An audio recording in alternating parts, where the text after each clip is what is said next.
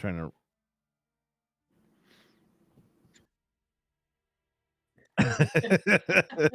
What?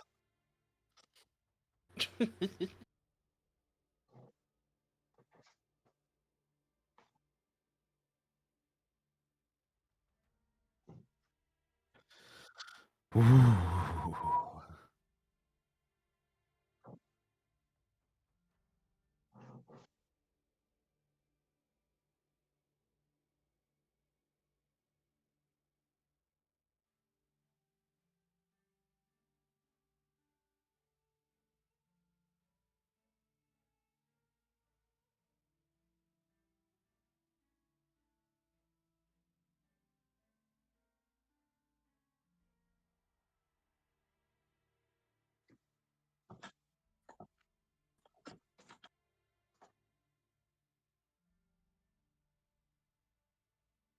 Cujo, they can't hear Cujo, they you. can't hear you.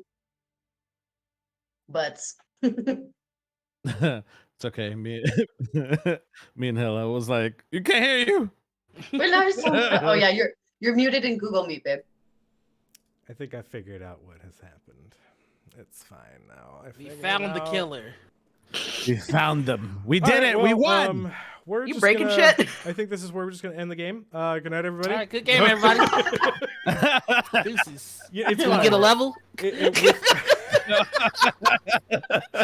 Two levels. With two literally levels. any stream, there's always something that goes wrong. So, hi, everybody. Facts, dude. I We're like just- live theater. Yes, we're just gonna rewind and start over. Hi, everybody, and welcome to Crit Hit Chronicles. As you can see, we are going to continue our playtest of Daggerheart, as our wonderful players decided to pester me to make this into a campaign because we had so much fun with the first night. And let's be honest, it was awesome. It was awesome. If you would like to see that one shot, it is available as a VOD on my Twitch page on the VOD section. Anyway, VOD. VOD, VOD, whatever. North always gives me crap because I say VOD. Anyway, we are using VOD. we are using the updated playtest rules version 1.3 that just got released today. So if there are moments where I do have to do a quick rule check, please understand this is us playtesting. I am learning just as much as our players are. We want to make sure we play this as the system is written. So please be patient if there are moments that we have to dive into some mechanics. Before we begin, is Cujo still online? No, I'm offline.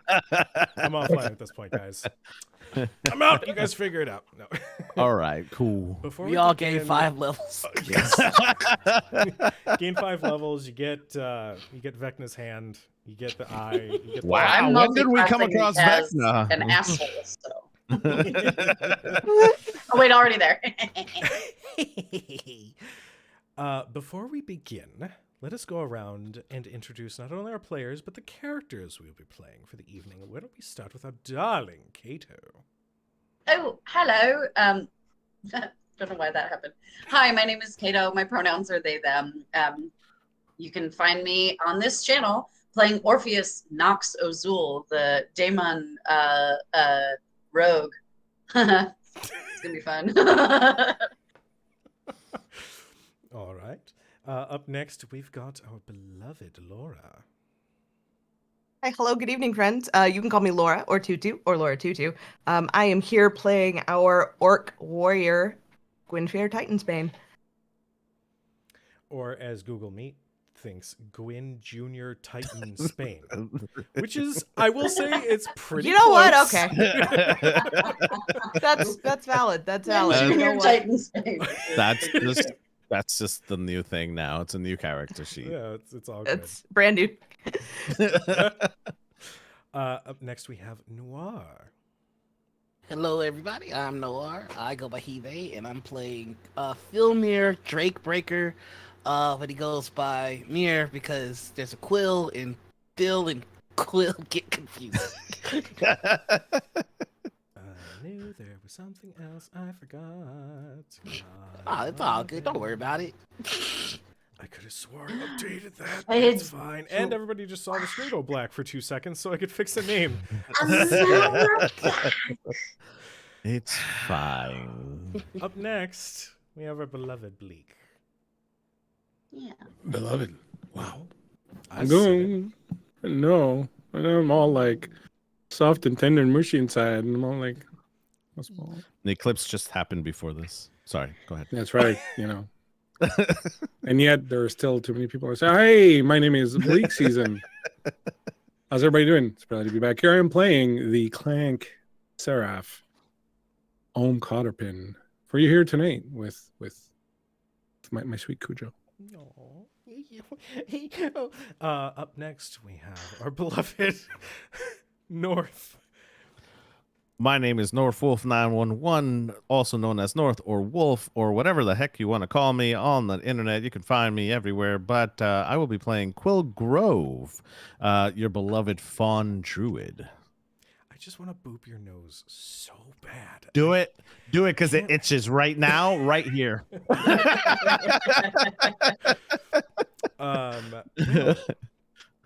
Oh, we from Critical Misses that you're coming in a little quiet, Cujo. Just FYI. It's great. I'm just gonna do this the whole Also, night. Hi, Critical Misses. Hi, Critical Misses. I think it might be an OBS update, to be honest, because like my audio has the same issue, so maybe just give it a little gain. We're just gonna do it. We're just gonna do this live. Please let me know at any point if this is too much. I don't want it to sound weird or terrible. I'm just gonna keep talking, mainly to my party to see how they are reacting. I don't hear anything different, but it sounds good. Yeah, so far so good. Okay. All right.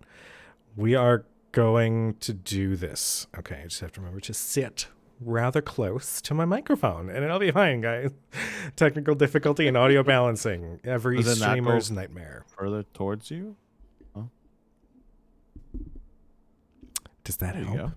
I'm just kidding. No, well, I was just trying to make you comfortable. No, I know, Let's just turn this into an ASMR actual play. Hi, I'd like to take the bed. Actually, if anybody's gonna do the ASMR actual play, it's probably gonna be Bleak because he did that earlier and it was too Bleak. good. It's 100% Bleak.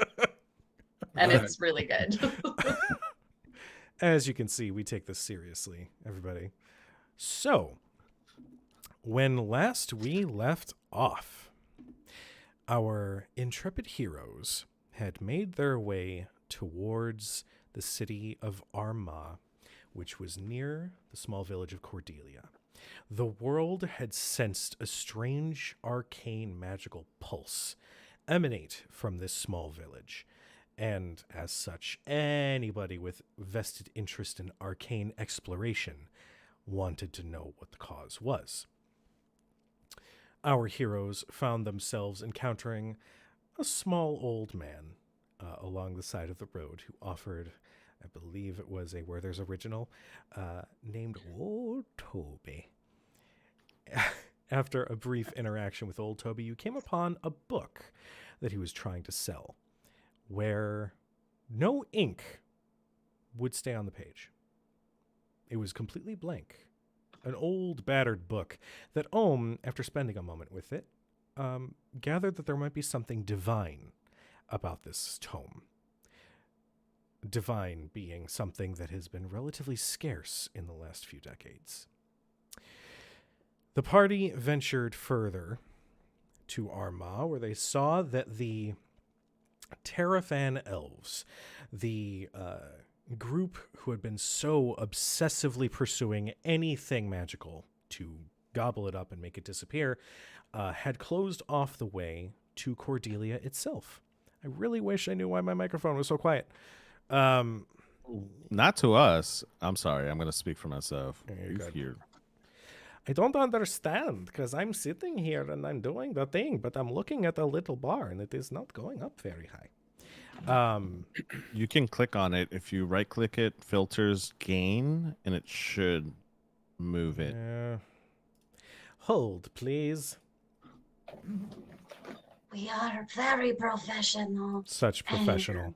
all the Such- time professional. Talented and smart and kind. Okay, hopefully that actually works. Love you guys. Thank you, chat, for your patience. After meeting a few adventurers in the town of Armagh at the Blackwater Tavern, they managed to create enough of a distraction where they could sneak past the Terrafan elves and make their way towards Cordelia proper. Upon arrival, they saw that the entire village, save for one, had been completely slaughtered. Devastation had completely taken over the small village. And behind one of the buildings, it was revealed that there was a cave that was sort of a house had been built right up against it, seemingly hiding something within. As the party saved one life with the intent of finding the one responsible, they stepped in to this cave, this small tunnel, and hear an eerie laugh echo off of the walls.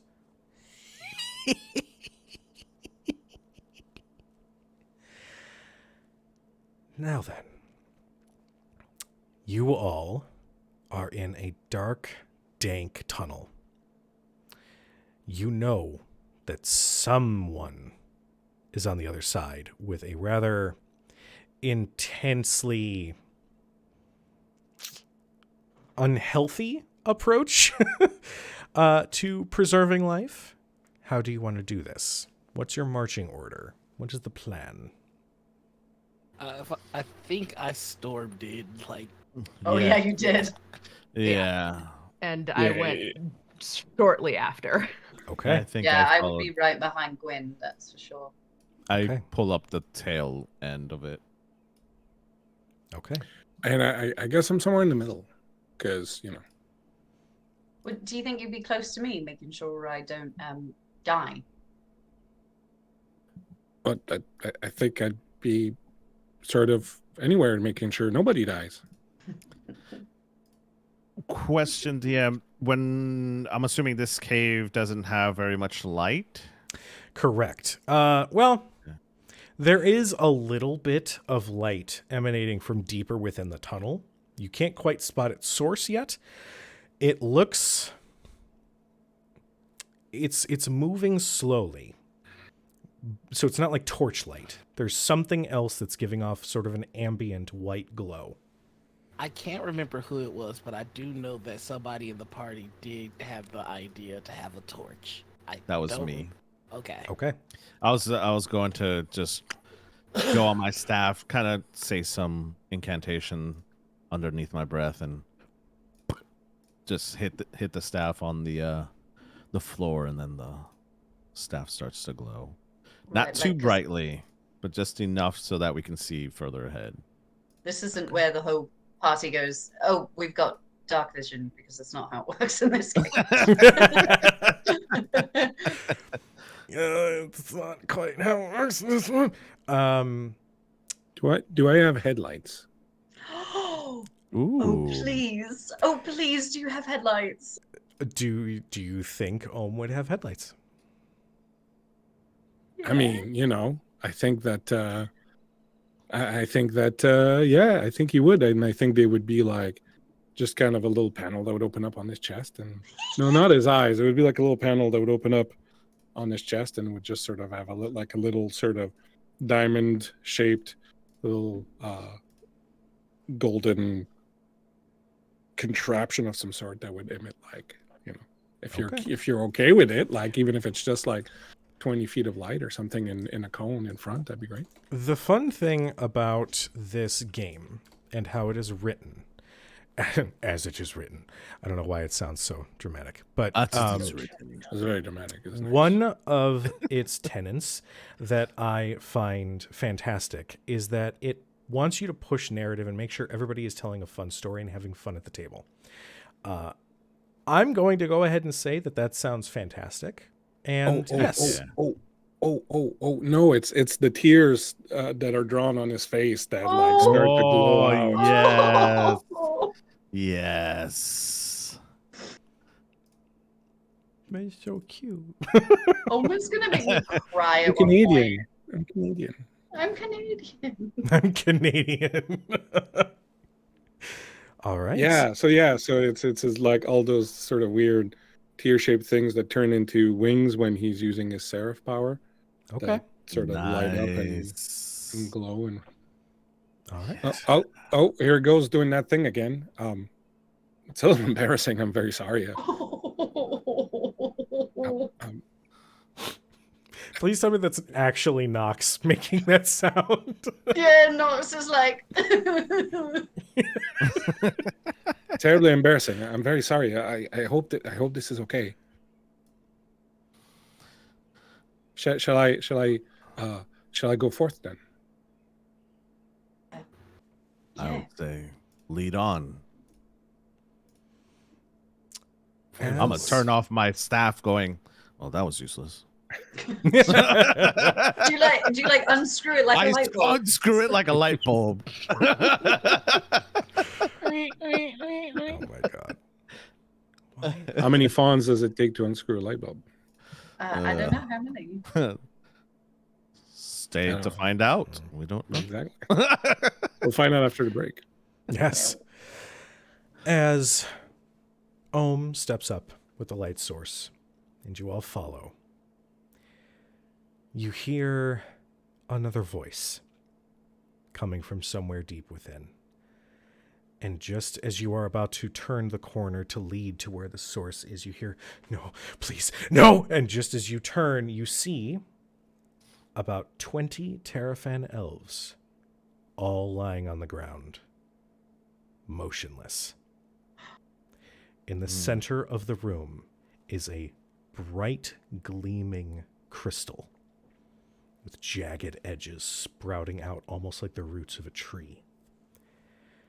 Standing in front of it is a single individual with long, deep red hair, like the color of blood, wearing a very ostentatious nobleman's coat.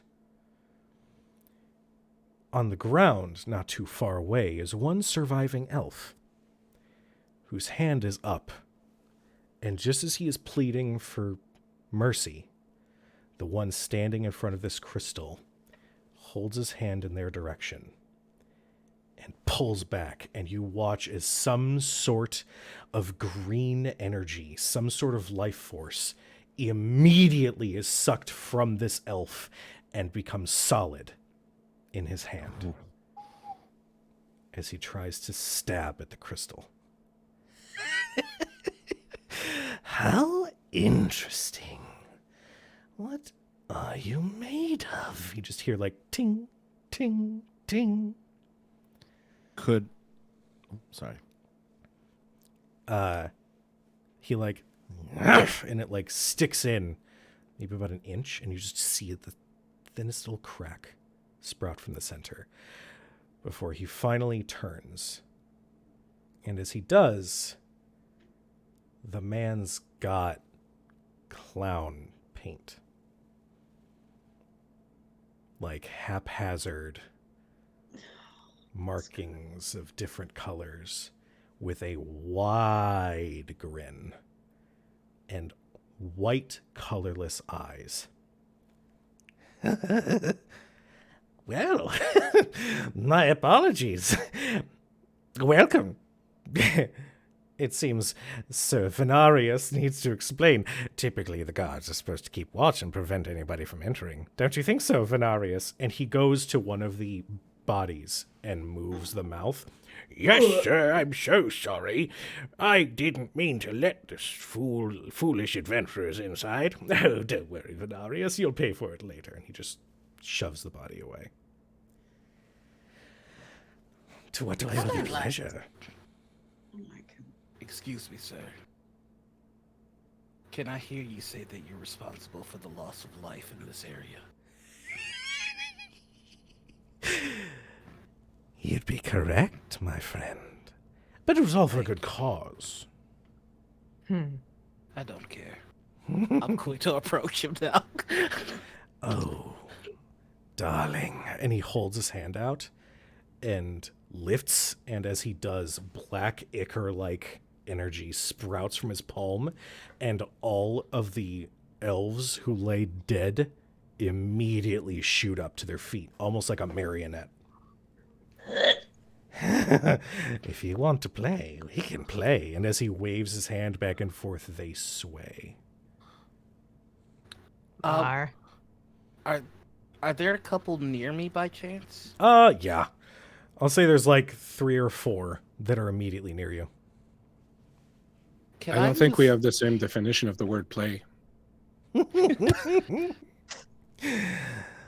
Oh. Can I use my whirlwind ability? You can absolutely use your whirlwind ability. It says Get when 'em! you it says when you make a successful attack using a weapon with melee or very close range, I can spend hope to use that to roll against every other enemy in that weapon's range. Shit. Yeah. Any additional damage, any additional enemies you succeed against with this ability take half damage. So, Okay. okie dokie. I haven't attacked yet, so I'm going to learn how to do that right now. Yes. Oh, there's the thing. Wee. All right. So here we go. Come on, Sirenscape. Come on. We hear it. I hear it. I hear it. You hear it? I don't. I hear it. What are Oh, we I hearing? should have got Sirenscape set up. I rolled a 13 with fear. A 13 with fear. Let me see where they're. All right. A 13 with fear. You're going to hit. So go ahead and roll your damage because you rolled with fear. Instead of immediately acting, I'm going to bank 1 fear on my side. All right, so that's 9 damage to the first one, and do I roll against all the other ones, or do they just take half the damage of the first one? We're gonna say you're gonna take half the damage of the Okay. first one. So you're gonna do 4. So 4, yeah, 4 to Okay. the other ones. All right. Well, you definitely cut down the one, and using the momentum, carry the blade through and slash through. You said how many others? I does it- think there were 3 in total. 3 in total. Okay. Okay.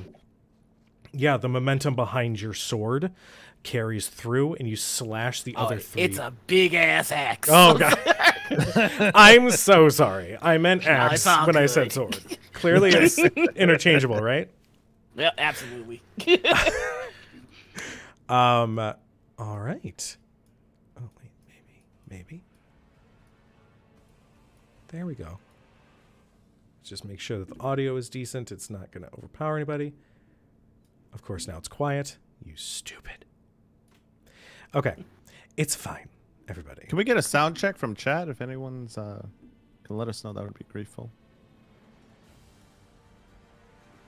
Okay, I think we're good. I can see the bars moving now with actual music. Who knew? So, that was Mars' turn. Who else would like to go? This game is very open when it comes to combat. There's basically a combat tracker. If one of you rolls with fear, I can decide to activate the enemies on the field. Chat says they don't hear the music. Pill. I could sing. Dun dun dun dun dun dun dun dun dun dun dun dun. Those are awful. Acapella. Let's go. I need a producer. Levi says that they can hear it. Okay, cool. I don't know that Critical Misses or anyone Alright. else can hear. So, yeah. After this game, we'll sit down and we'll talk, Kujo. Thank you. See how I can help. Love you. All We're right. doing great. We got this. So, Refresh your screens if you don't hear it. yeah. Mar just finished cutting down one and wounding 3 others. What are the rest of you guys doing? Just so you all know, since we haven't done this a lot together, Ohm is very reactive. A lot of his powers are reactive to others. So I'm not someone who I'm going to do things too much. I'm going to kind of wait to see what people do so that I can go where it's needed, just so you get an idea, because you would know how Ohm fights since you would have done it before, and since we never have. Just so you know, he's more reactive than... Okay. I think Laura wanted to go. Yeah. Well, we got one melee character in range. The other one might as well jump into the fray. So I'm gonna step forward, one hand holding a long sword, the other hand holding a short sword. I'm gonna look at this creepy son of a bitch who just slaughtered wholesale a village full of people and say, "Fine, you want to play? Let's fucking play." So the first one in my way, Okay. I'm gonna fucking take him down, hopefully. Go for it. Make me an attack or use one of your abilities, whatever you would like. Oh, that's right. I did have a bunch of fear from last session, didn't I? Just gonna increase. Yeah, my but fear dissipates over time, so we'll just say you don't, okay? Oh, I don't think that's how it works. I don't think that's how that works, but that's fine. How funny would it be if I'm like, you know what? You're right. Go ahead. Chronicler, just to confirm, we haven't reset any of our spent hope or any of that kind of stuff. Correct. Okay. What you have is what you Copy that. have. Okay. So that is going to be 13 with hope. Okay. A 13 with hope will land a hit. Are you just doing a straight up attack with your axe, or? Yeah, it's a long sword, so this is going to be sort of a jump in, parry, stab. It And that is happens. 1d8 plus 4. The last button on my vest has given up. Oh, You know what? Well, you look sexy with it, just I like think you. you're sexy You as know? fuck. yeah, it's fine. I'm just gonna be like this all night. It's fine. I've already ordered Leave another it. one. It's fucking hot. It looks amazing. You don't order a new 9 vest, damage. You fix the buttons. You said how much damage did you do? 9 damage. 9 Hey, points we of match damage. damage. Hey! Hey! You, the sheriff? Kate Sheriff out. Combat. Chronicler, I also have a feature as the warrior class called Battle Strategist. Ooh. After a successful attack roll, I can describe how I outmaneuver my target, mark a stress, and deal them a stress. Ooh. All right. So we're gonna take a stress, because why not? Yeah, that works. Okay. Interesting. So I think what happens is Gwen jumps into the fray after Mar, because, well, that's what these two jackasses do. The longsword sweeps for the legs, and as this undead creature lunges, I'm gonna duck under, let it fall across my back, and stand up and just fling it back into the wall. Oh, solid. Yeah, that thing crumbles to the ground. Well done. So, who's next? Me. Bring it, darling. I would like to use my spell called Rain of Blades. Oh shit! Tell me So about that I'm going to spell. I'm going to spend 2 hope to conjure throwing blades that strike any enemies very close to me. So I've got to make a spell cast roll, and my targets that I succeed against take a d8 of magic damage, and if they are currently considered vulnerable, they take an additional 1d8 magic damage. Ooh. So Okay. here we go. That is a 13 with fear. A 13 with fear. All right. Well, Hamst that. ever, when I roll with fear, I can mark 2 stress and make it a roll with hope instead because I've got the feature of fearless. Ooh. Well, that's fine. No, Kuja just doesn't get a turn. That's fine. You know, we skipped that one opportunity, and here we are. So I'm gonna do a D8 of damage at you. If that's all right. Go for Using it. my proficiency. Hold on, So I'm gonna you're use targeting another one of these undead? it's truly so I've got to make a spell cast roll and all targets that I succeed against. Oh. So this is a beast.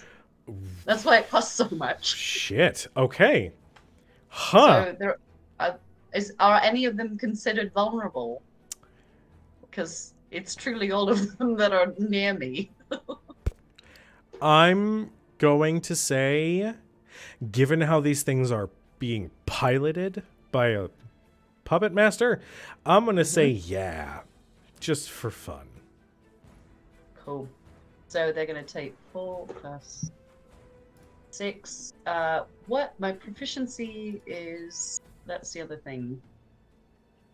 +2, is that right? So they're going to take 8 magical damage.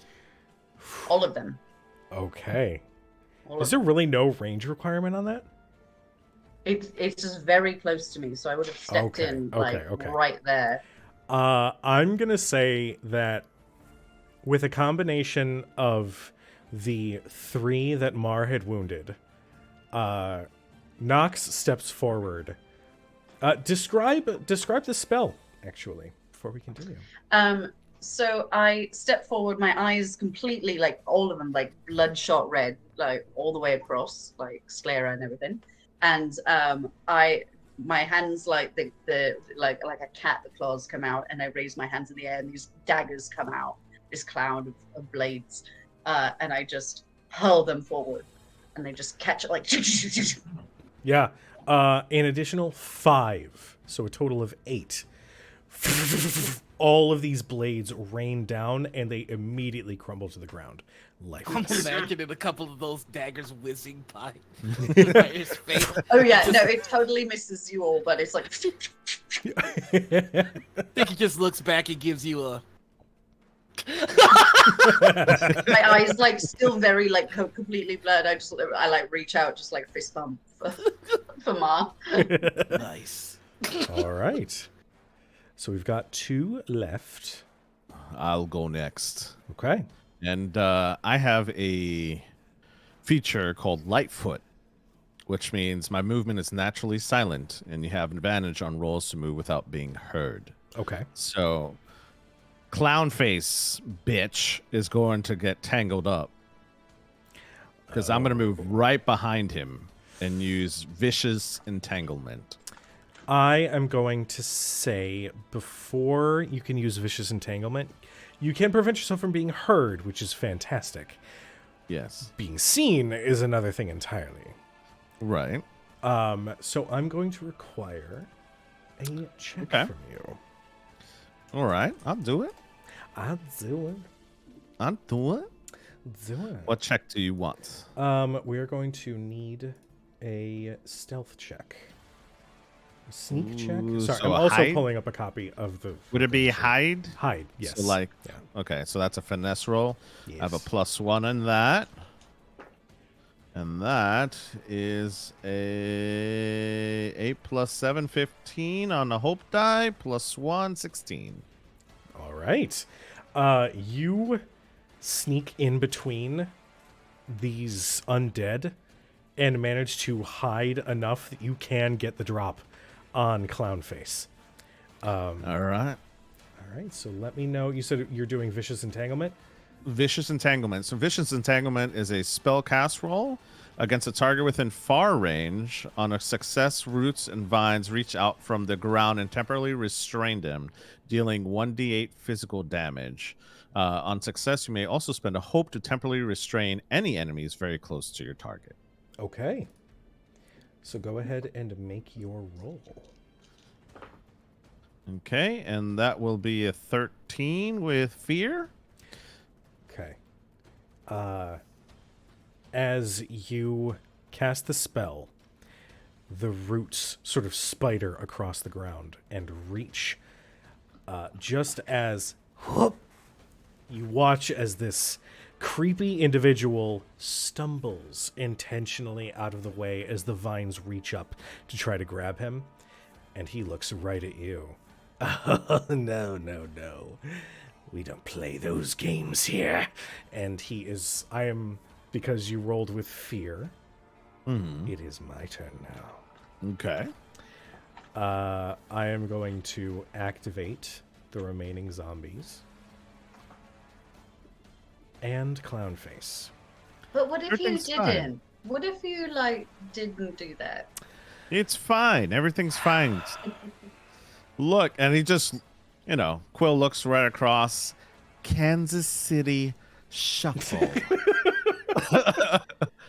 We are going to figure that out right now. It's like the pre-trial ritual from Suits. It's never explained. All right. Mar, would you please let me know what your evasion score is? It is 5. 5? All right. That is a 9 with hope. Or no, I'm sorry, a 9 with fear on my side.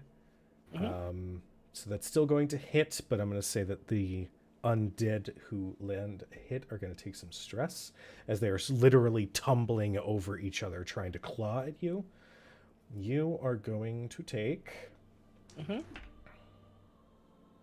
Ugh.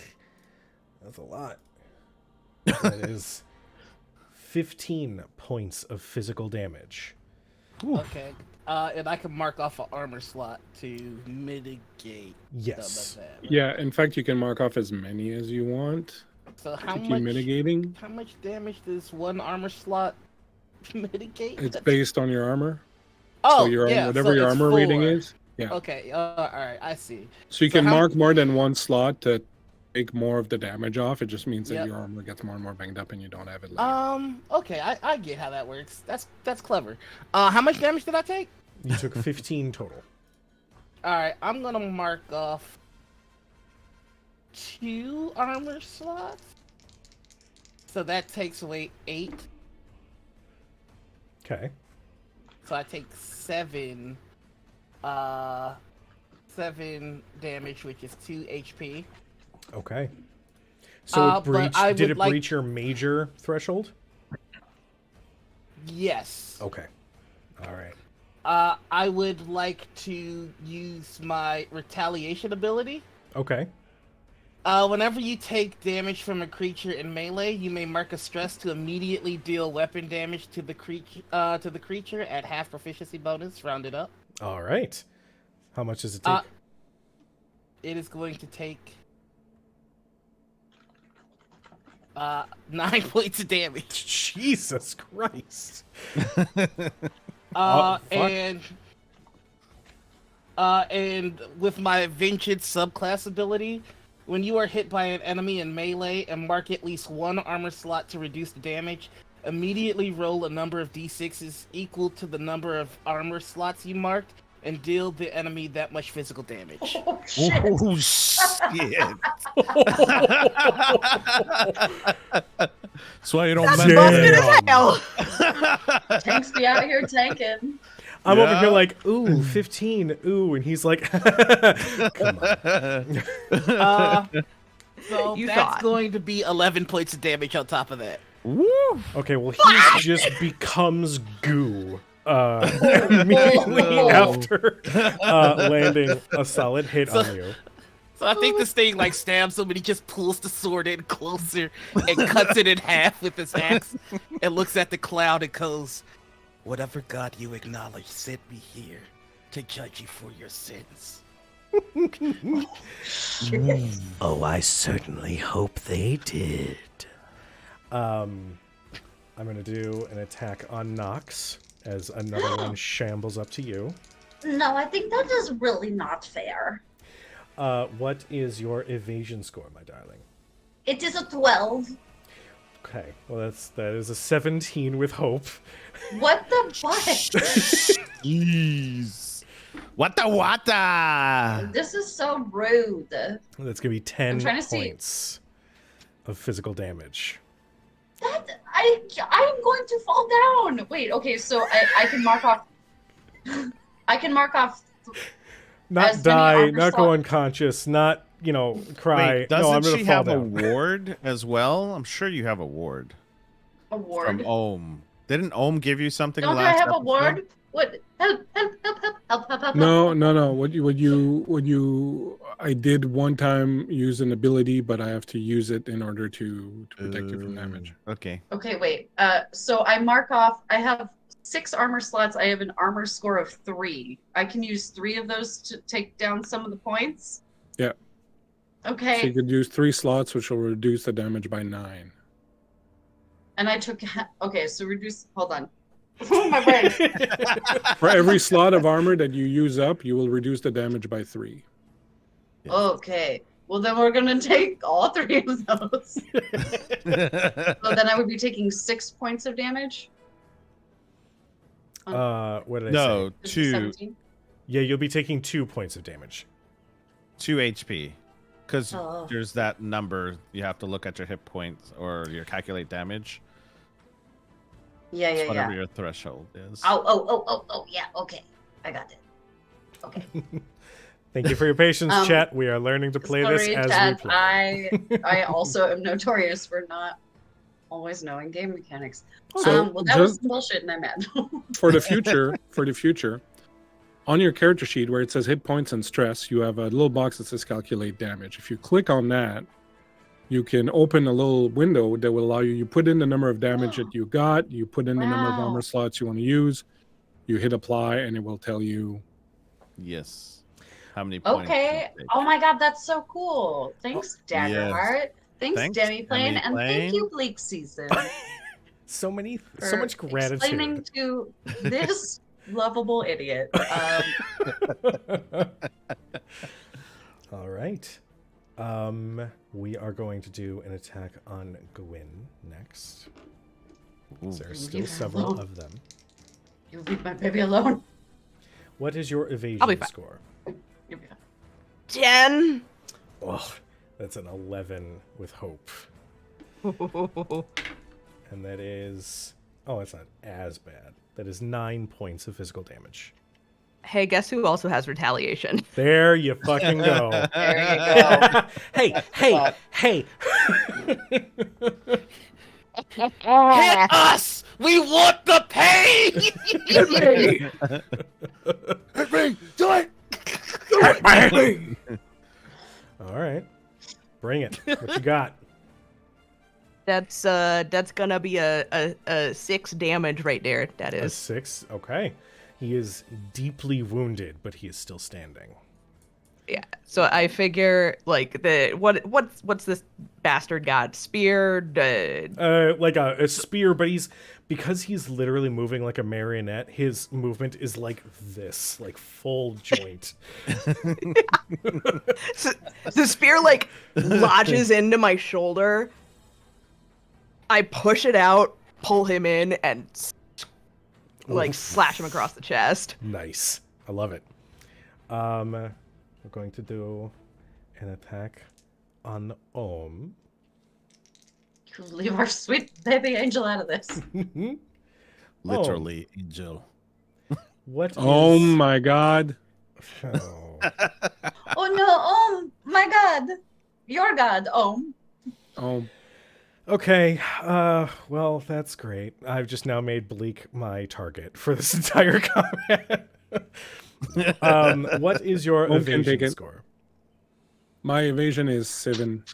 Okay, so that is going to be an 11 with hope. You are going to take 8 points of physical damage. 8 points. I am going to. My armor is 5. Okay. So I'm going to spend 1 and then take a hit point. Okay. Spend 1 armor slot, and as Ohm gets hit, it's like, that's rather rude. One thing I never understood about necromancy is that it seems very labor intensive. First, you have to kill everybody, and then you have to bring them back. Wouldn't it be more sensible to just let people live? And as I say that, I'm going to use my Seraph power of Divine Wielder and using my Spirit Weapon. When you have a melee weapon equipped, it can fly from your hand to strike an enemy. Close range return to you can mark a stress to target an additional target in range with the same attack roll. Ooh. And so my little tears on my face are going to turn into wings, flare up, and I am going to let fly my hallowed axe. And because I don't got time to mess around with the Goombas, I'm going to aim for Clown Face McClown there. Okay. Go ahead and make your attack. It's at +2. Gonna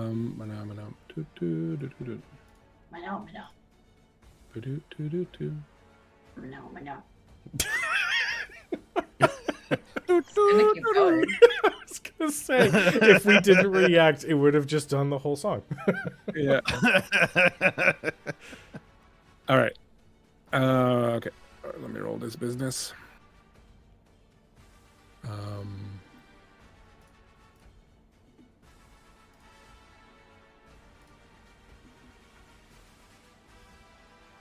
And I am going to just roll. Okay. I got 7, 8, 9, 10, 11 with fear. 11 with So fear. sorry, 13 with fear. 13 with fear. You surge forward. And I apologize. What weapon were you using one more time? My hallowed axe. Hallowed axe. Yeah. The axe surges forward and aims directly for the forehead of the clown face. And 2 fingers rise and catch the blade. And he just stares at it. Oh.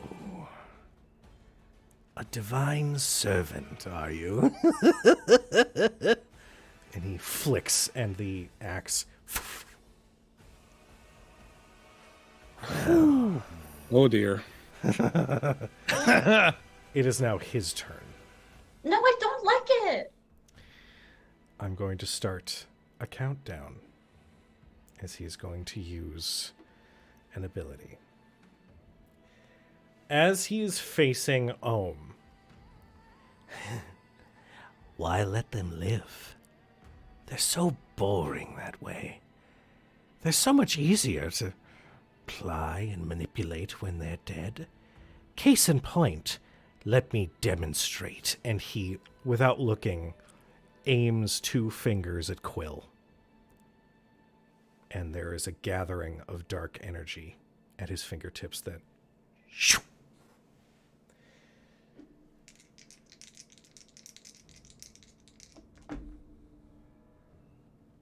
What is Quill's evasion? 8.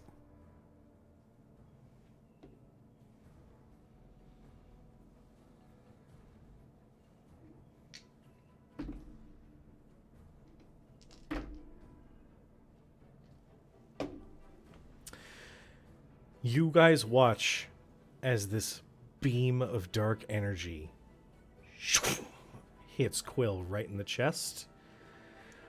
Quill, you're going to take 13 points. Chronicler question. Chronicler answer. I'm still not sure how the action economy works here. Hit me. So I have an called I Am Your Shield, which is when an ally close to you is going to take damage, you may mark a stress to stand in its way and take the damage instead. Is that something that I could do now? That sounds like a reaction ability. Yeah, go for it. Well, then that is what I will do, is I'll see that happen, and I'm like, no, Quill! And then I will just sort of surge forward with my shield and throw myself up in front of it. I will mark a stress. Okay. Reduce the damage by a value equal to your strength trait, and you may also reduce the damage by spending armor slots. Okay. No, Quill! No, you buffoon! As he goes, tink. Huh. How much damage was that? Sorry, 13 points. Okay, so my strength is 2. I will spend 2 armor slots and just take the 1. Okay. As this all is happening, you're starting to feel, everybody in the room is starting to feel this vibration. This, as the crystal in the center of the room that has many cracks from this individual's attempt to break it starts to glow just a little bit brighter with each moment. Uh-oh. That is all of the enemies that I can use on my turn. So we defer back to the players. Question for Nox. There was a ability, and I can't remember what it was, that you did earlier in your turn. Rain of Blade? Yes. Did they all have to be affected by something? No, they all were considered vulnerable. So they took extra damage. Yeah. If nobody minds, I don't mind attacking again. Go for it. Yes. At this point, you've got, I'm going to say 10. I'm going to say, well, no, I'm going to say like 7 or 8 of the undead Terrafan elves standing between you and Clownface, who is currently, I'm going to say Ohm and Quill are like reasonably close to him. Is there any way for me to just make a beeline for Clownface? I believe so. I don't know if there's an attack of opportunity mechanic. Let's see. Let's double check, shall we? Where? Let's see. Attack rolls.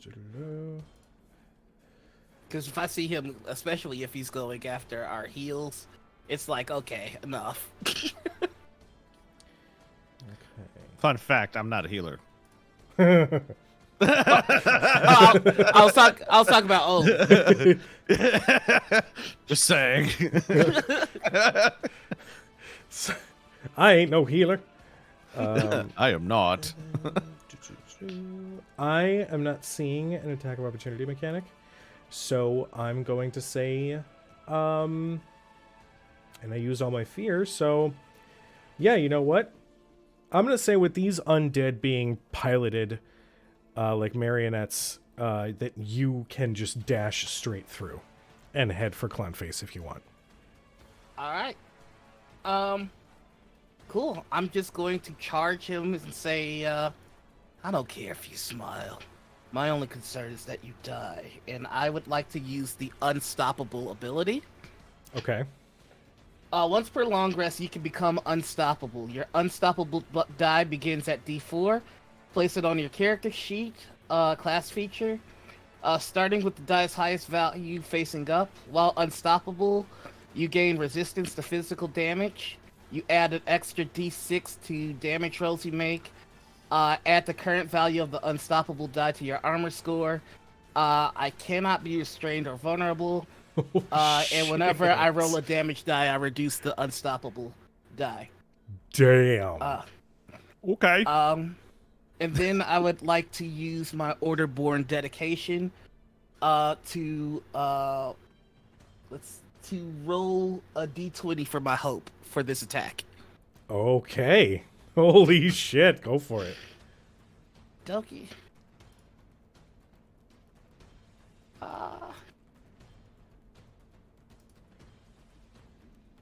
Chronicler, while he's doing the question for you, this thing that's glowing, okay, can we is there anything magical about it? It's like from the seen eye, I would say. You wouldn't even have to roll. This thing is emanating some form of magic. Yes.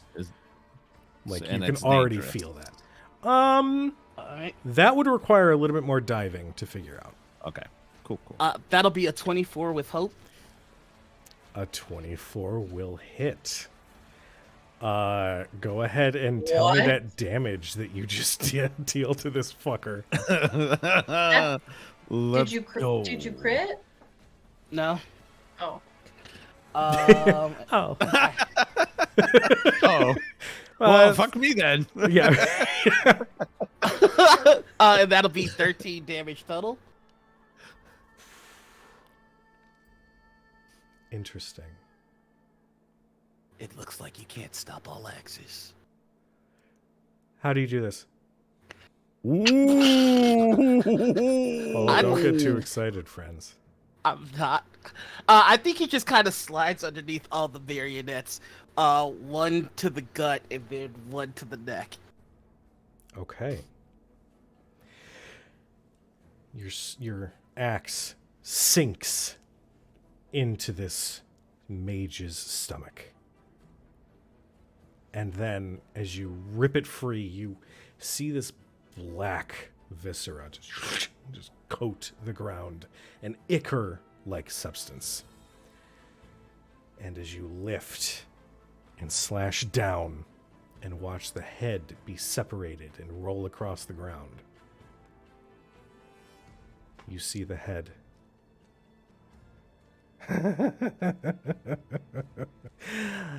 Well, someone's a little grumpy today. I hate this guy.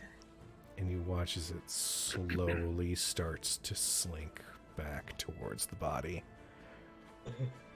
Can I'm gonna, if I can, I'd like to wrap his head around rock, because I can perform harmless, subtle effects that involve nature.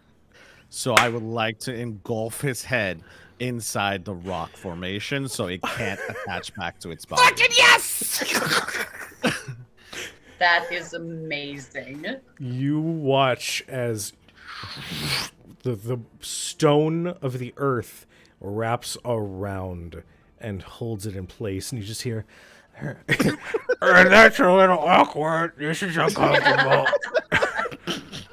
Can you at least remove it from my mouth?" No.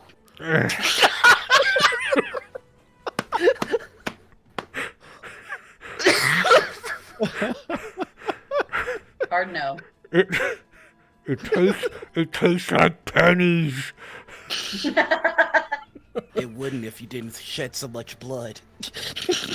As you guys are observing this head, the body, like Jack Sparrow stumbles up, and another gathering of energy starts to pool into its hand. It's your loss. I can't see where I'm aiming. And he just starts like sweeping this energy across the room. This is fucking Not awesome. where I saw this going, and I'm totally in love with This is this. awesome. This is wild. Whew. As I'm gonna say, as the chaos continues, there's that humming that gets louder and louder. At the same time, the body of this mage, who's undying, it seems, that black ichor-like substance starts to vibrate and gather in force. Last chance. I'm gonna go out on a skyhook limb here and say that perhaps we might consider evacuating the premises. Yeah, not a bad idea. I mean, Mark, if it doesn't blow up, we Mark, can let's always go, come let's back go, let's and go. kick his ass later. I pick up the rock that he's in his head, and I just start crushing it between my hands, so the rock continues to push its way in as we're running out. No, I'm, Oh, this is a hell of a chiropractic adjustment. can I grab my axe I'm- on the way out, by the way? Yes. I'm shadow bamfing like Okay. across. As you all immediately set to escape this cavern, what I'm about to illustrate happens in the blink of an eye. The crystal, which has been glowing brighter and brighter with this bright white light, explodes into a fine powder. And an individual emerges from it. A young girl around 15 maybe, with bright white hair and a beautiful dress. Her eyes are closed. She moves as though she's sleeping. But she steps towards the body that looks like it's about to rupture and explode with whatever energy is inside. Touches it, and within that one touch, it like immediately goos upon the wall. And all of you feel the ground below you shift as you are flung from the cave. Trees, the hills that you climbed up to get to Cordelia, the town of Armagh, the road leading up to the town, all pass by until you arrive in the campsite that you had encountered old Toby in, unharmed. Quail, what did you do?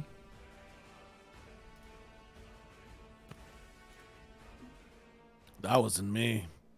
Did we just fucking teleport? What Was that you, Nox? in the No. hells? You guys see this individual came with you, Oh, shit. and she collapses to the ground. Oh my god. I go over. Is that? Oh, please tell me that's Ohm's catchphrase. Question: do I still have the rock in my hand with this dude, or did that get flown? I'm Flown gonna across say the I'm gonna need a roll to see if you held on to that when you were flung from civilization for a hot second. Oh god, his fucking head's just gonna be like sitting in the goddamn forest somewhere. It'll be fine. It's a 16 on a hope die. A 16 with hope.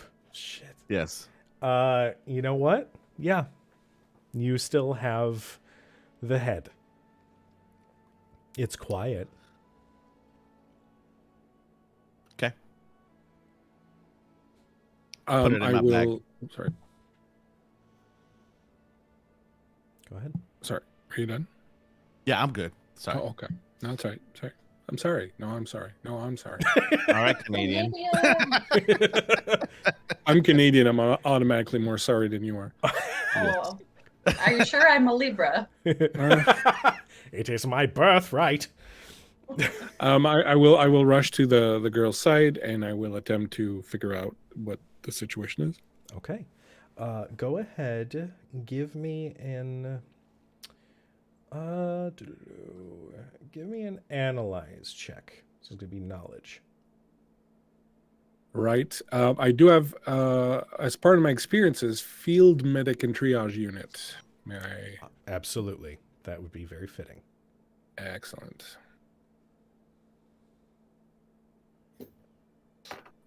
So that will be 9, 10, 11, 12, 13, 14, 15 with hope. 15 with hope. She is in a very deep sleep. Whatever energy she had expended completely sapped her, and she is now like in REM sleep. Does she show any other sign of wounds? No. Remarkably, she has no scars. She has no marks on her body from external stimulus at all. And is she an elf? Not quite. Elves in this world have the simple point to their ears. Their features are a little sharp, but not outlandishly so. Her ears continue back. The points are quite long. Her eyes are a little bit, just slightly larger than that of an elf. You're not sure. I'm going to say that you have not encountered this type of creature before. Well, it appears that she is merely asleep. I would assume that the power it took to affect such a powerful bit of magic, except everything she had left. I don't detect any other wounds on her. It simply seems to be this drained energy that has put her under. However, am I correct in my observation that this young person emerged from the crystal? If that's what you saw, I think that's what we all saw. I would like a Okay. second opinion. I'm pretty sure that's what happened. Yeah. And when we walked in, Chucklehead was attempting to break the crystal with his little thingy. Am I He's correct? certainly Yeah. attempting something. Yeah. And so 1 + 1 equaling 2 in most counties of this particular province, I would assume that her having this person having been released from the crystal, even though the first bit of empirical evidence we have suggests that they may not be antagonistic towards us, would probably be bad.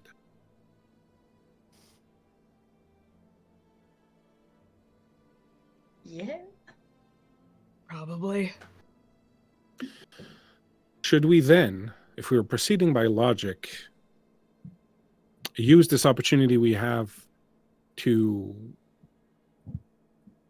remove the threat? I don't know. She's just a kid. Oh, thank God. Did you honestly think we were gonna want to kill some teenager? I was hoping not.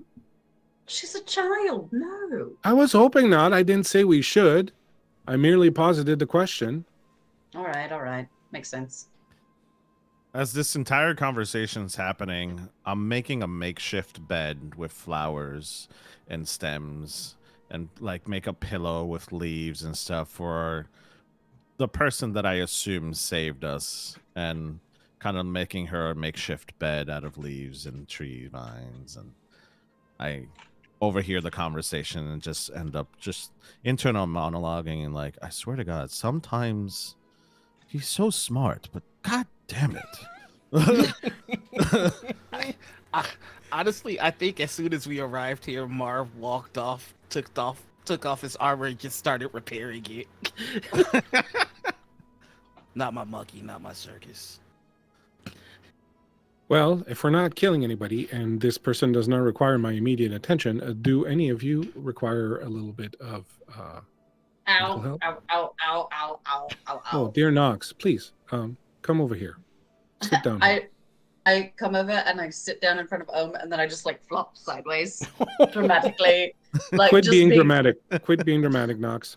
But it hurts. It's barely a flesh wound. I don't know about that. How many points have you suffered? That's a good question. I have marked off 2 out of 6 HP. So, yeah. Okay. Owie. I guess I could probably like take a nap, presuming we're like out of battle. Tell me, Knox, Yes. where was it, or rather, how was it that you learned how to do this little trick of yours where you disappear and then reappear further down the road? Oh, this, and I bamf out of sight, and I bamf like to like 20 feet away, like that. Well, that doesn't really make it easier for me to heal you. Would you? Oh, right, sorry, and I like pad my way back up like a cat. You use your words. Oh, sure. Sorry. Well, you see, I actually grew up with Quill. We grew up in kind of a rather nice village, but Mm-hmm. I had to leave when I was young, actually about this one's age, and I indicate to the one in white asleep on a bed of flowers. And I kind of fell in with a little bit of a shady crowd. But I learned a few tricks along the way, and that was one of them that we could kind of shadow. But how does one learn that? You just Oh, think really hard? No, And then it happens? no, it takes a bit of time and practice. And honestly, my first few attempts were really, really abysmal, and I got really hurt. And but I eventually learned how. And you just, well, and I like look him right in the eyes and I just say, shadows are not always as dark as they seem. And is So- this a trick that demons tend to learn, or can anybody who practices learn this trick? Well, it's certainly it's not a demon based skill. Really, it's something I learned in my time with that crew. You know, being a bit of a sneak. Well, the origin might be of a dubious nature, but you are putting it to good use now, which lends credence to the belief that shadow is nothing, is something that is created by both darkness and light, and thus you can feel pretty good about it. You are using it for the betterment of your friends. I certainly try. As I'm talking with Nox and doing this, I am doing the healing thing. And since I have spent this healing time learning something new about Nox, I will heal 2 hit points instead of 1. Wow, it's like you were talking to me and you just like set my broken wrist without me paying attention. That's right. An extremely painful process. So I will spend my 2 hope to do this. And as I finish it, as I finish that up, I will say the best thing about the light and shadow is that they always coexist right next up to each other. The line is right there, and they coexist right next up to each other. So whenever you want, you can always take a step to the other side. Thanks for that reminder. Sometimes I forget. Of course. I'm Pat you on the head. I'm like, come on. A little door will open and a little lollipop will come out. It'll take And a- I try to like cover my face and be like tough, and I'm like for being such a good patient. pulling out. And I'm like, oh, cherry. Thanks. Would anybody else require administrations? I think I'm all right. Thank you though. Oh, very well. Well, if you should need it in the near future, do not hesitate. Gwen. Till, I was gonna ask you, I'm assuming as they're talking, you needed a forge, and I was gonna make an actual small forge just out of stone and fire to help you repair your armor. It is appreciated. Yes. It's you took a little bit of a banging there. I've had worse. Glad you're on our side. That's all I gotta say. Don't shed the blood of the innocent, and it will remain so. I don't plan to. I'm just gonna roll my eyes and go the other way and slowly walk hesitantly towards Gwen. Speaking of, And go Gwen, ahead. What? your mind lingers on the feeling of your sword cleaving through one of the undead.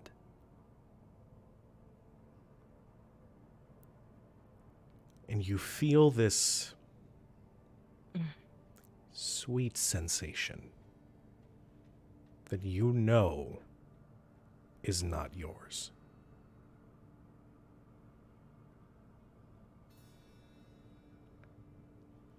It's like an itch you can't scratch, and you can't quite pinpoint from what or where. But that moment sticks in your mind a little bit longer.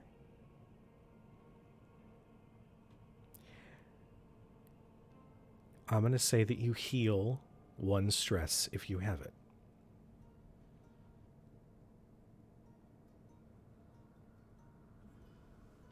As you sit with that thought in your mind.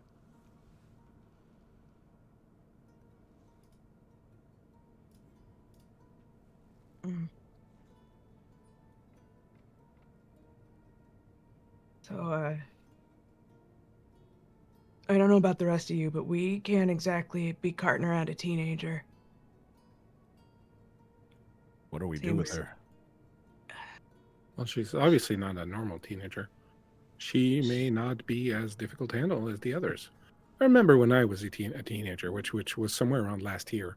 I was very well behaved. I listened to my elders. I always obeyed curfew. Yeah. The issue being, not necessarily about whether or not they're well behaved. It's mostly about the fact that we have a tendency to run headlong into trouble and danger, Oh, and not all of us, just Mir. and me. To that point, True. she got us out of a very scary scrap that was going to kill us. But she was also being rescued from this crystal by a very bad person. So Yeah, I wouldn't say it's it was kind a of rescue. 50-50 right now. I don't think that's a rescue. Chronicle. Yes. Are there any royal family symbols on her? Make me an analyze check.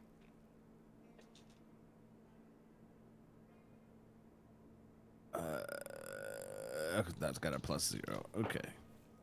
That's a 17 with hope, sir. Nice. Nice. Plus, I also have bodyguard to the royal family as an experience. Okay. I'm going to say that one's not going to factor in here. Okay. What I will tell you is that there's no coat of arms or any sort of sigils or anything on her person, on her dress, or on her skin. But what you do notice, there are the faintest little lines of like a silvery magic of some kind on her skin. And as you look closer, they're all over her. So from afar, she just looks like she's glowing almost. But upon closer examination, there's something about her that is quite literally covered in magic. As you're inspecting from your bag, quite the mystery, isn't it? You didn't kill this guy? Thought he would be useful. Or are you keeping him for a conversation piece? No, but I mean, we have him here. Might as well ask him some questions.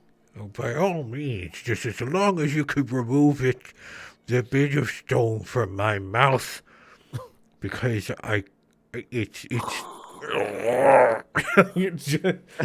Just like right here. Yeah. Just enough to make him move his mouth and we understand him. Thank you. Once you've asked it your questions, I request that you throw the head into the forge. Oh, that's my plan. Good. I always wondered what black ichor would do in heat. Let's see. Stink. Ohm, Nox, Gwyn, Mar. I don't remember your name, though. The rest of you have said the rest, but you, I don't believe anyone said your name yet. I'm sure I'll learn it eventually. Don't plan on it. Do I look like the kind of clown with a plan? Just start closing his mouth again.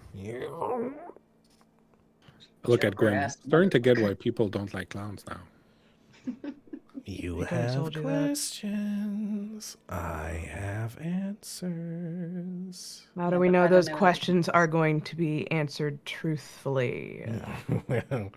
well, the only way to know is to find out.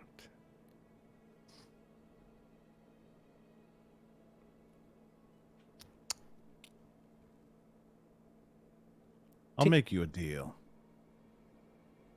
Ooh, I love deals. You answer truthfully, I'll make sure your death is nice and quick. Oh, and if I lie, what, are you going to peel my eyelashes off one by one? You're going to summon the roots and crush my skull slowly? Oh no, I'll just make sure that you're buried deep, dark. And you'll stay eternally. A nice little hole. That does sound like a wonderful time. But I accept your deal.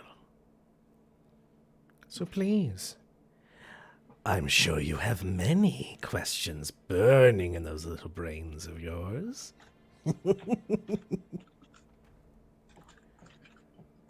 What do you want with this girl? Simply to understand her. I mean, really.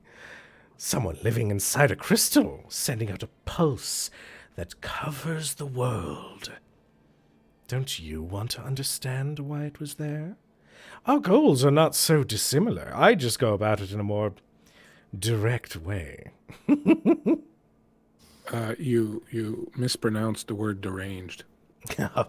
It happens all the time.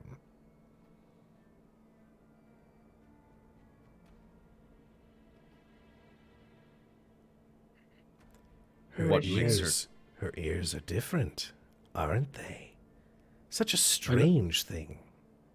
I don't think we should make fun of people for having different shapes of Oh, ears. no. Nothing to be made fun of, something to be celebrated. I mean, after all, it's not like she's one of us. What do you mean by that? Where's she from? The Hallows above. Oh, great. Isn't this your territory? I'm not sure. I see where my territory and anything having to do with this Chucklehead's territory overlap. No, not the Chucklehead. Her territory. She's from the Hallows above. Certainly not my territory. Definitely not mine.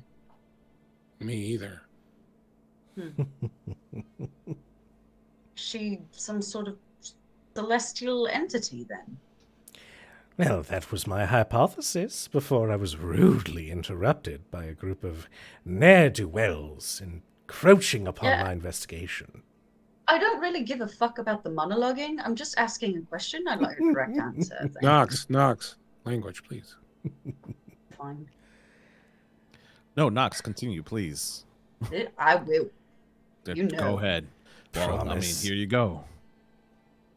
Listen, where is she from and what exactly is she? We've not seen someone like her before. So what is she and where does she come from? I don't give a fuck about hypothesis and monologues or things like that. You know something, so fucking tell us.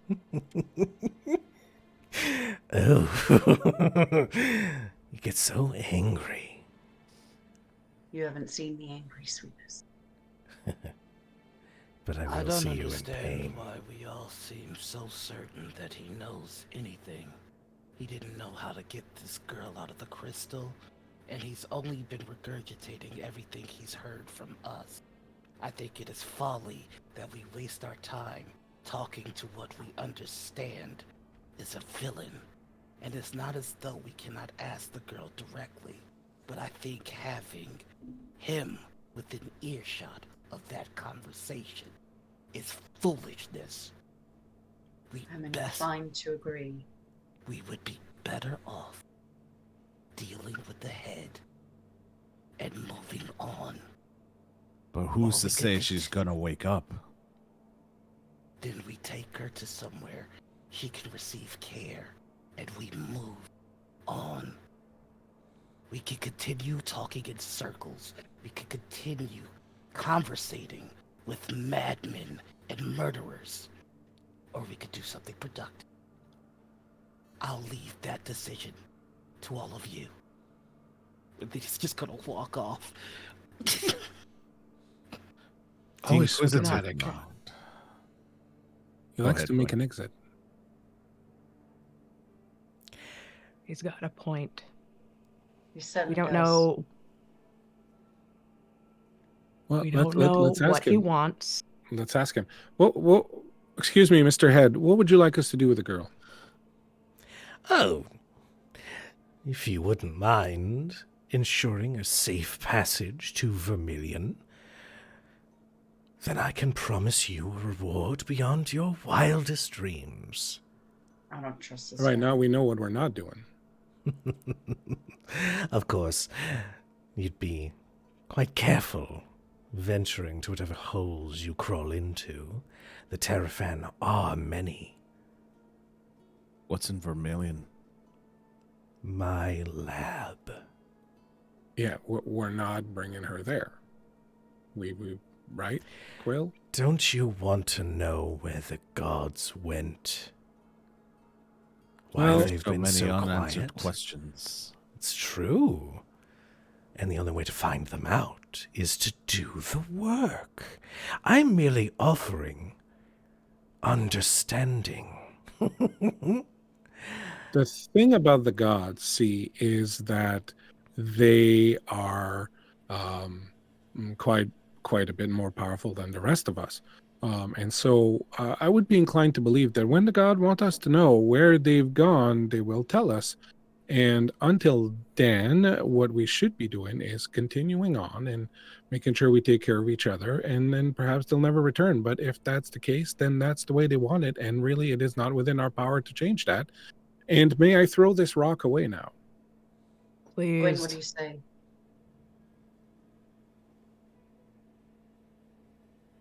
I say Little- Mars right. Little batting practice for you?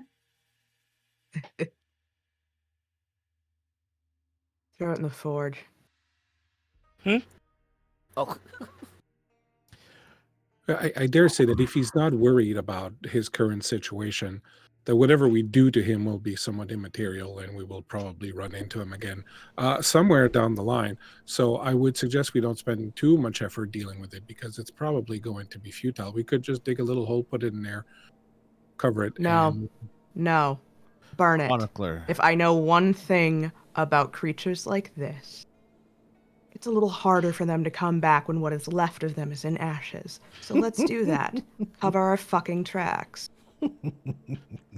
Do we know, or would we know, or would I know what Would someone happens to know? Igor? Would someone know what happened to the black ichor if we were to expose it to heat? To quote Mercer, you can certainly try. Oh no. I don't like I that. hate Run that. So, as Quill is a study, I would say he's hesitant to do anything and would leave it up to the group. Putting it in the fire doesn't seem right. He has a lot of answers to questions. He doesn't though. It's just lies. Or just repeating what we've already told him. As Plus, of I think right he's now. a fey fuck and he knows our names, so I don't like him. Oh, I don't deal with the Fae. Crazy individuals those are. Hello. Chuck it Hot. in. I don't see us getting rid of him solving an issue. There's a Then we'll reason deal why. with the issue when it pops up again. I just think that there is a difference between killing someone who is obviously committing wrongs and murders and attacking us, and getting tangled with torture in the aftermath. I think that even though he is a very, very annoying individual, I think that it would be more to her credit to simply dig a little hole somewhere and put him in there and leave him there, Yeah, rather who's to than say get his involved body with. won't come find him and dig him up?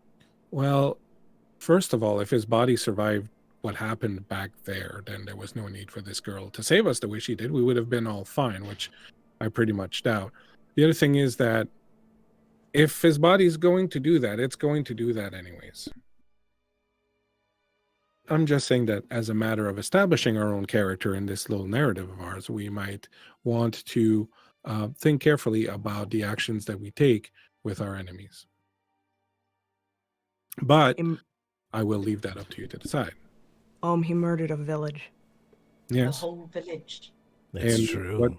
What will further torture them do other than bring you some fleeting sense of satisfaction? We have done the deal. We have avenged the village, and unfortunately, that will not bring back any of the dead villagers. So, any other actions we take or visit upon this villain are quite futile and only serve to discredit us. I mean, if you like, I could bring the villagers back. Oh, God. I would Put a rock in his mouth again, please. I don't want to hear him. I think if Can it's I? okay, Go ahead. No. I think if it's okay with the party, like Mar would stop walking, turn around, walk back, and go to Quill and just say, "Give me the head." He's hesitant. Do I sense magic from this head? Can I make a sense magic roll? I will say that you don't need a roll. There is definitely magic that is keeping this thing working. What kind of magic, the inner workings, that would require a lot of deep diving. If you would like to make a check, then go for it. We'll see what you come up with. I'm gonna extend my arm towards. I'm sorry. What's the new name? Mar. Mar. Okay. I'm gonna extend my arm towards Mar, but as he's about to snatch it, I'm gonna pull back and hold on to the rock. There's more to be discovered here. Something tells me the family's going to fight. Shut him up, Quill. If you're I going just to keep him, slap- you've got to keep him shut up. I slap a plate on his mouth. Kind of Beetlejuice smell. Yep. Just Beetlejuice style. Just like Beetlejuice. bolts it on. My friends, we don't know where the gods have gone, but I believe that in the interim, they still see us and they still know how we act. There's And just they'll remember once they return. there's so many questions that need to be answered. What's keeping this thing alive? Jeez, that's how it starts. Curiosity, conversations, concessions. That's how the poison gets in, turning your virtue into madness. You saw what he did. There is no confusion about that. We saw the blood that was spilled. And you would what? Harbor it. Bury it for someone else to find. No. Burn it. It's in There- safer hands with us. This is the same madness that cost me my people. Your curiosities, your interests. It's not curiosity. We Then what need to use is know. it to you? This girl. Let me go ahead and ask this question to you. Do you know why this girl was in a crystal. Fuck this guy. I don't care. You have spent every day of your life, besides today, living without that knowledge, and now it's unbearable to consider another day in that same ignorance? It's not ignorance. Ignorance is ignoring it. Ignorance is making it go away just by ignoring it. That's not ignorance. You hold in your hand an entity that you know has taken fathers, mothers, children, and you give it another second for your own appeasement. Madness. Quill's going to go ahead and extend his arm towards Mar with the rock in his hand. Place it in Mar's hand.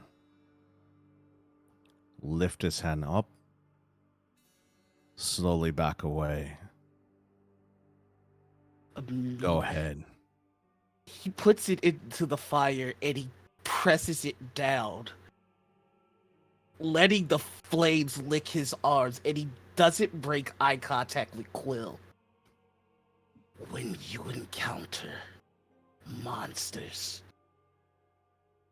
strike with certainty.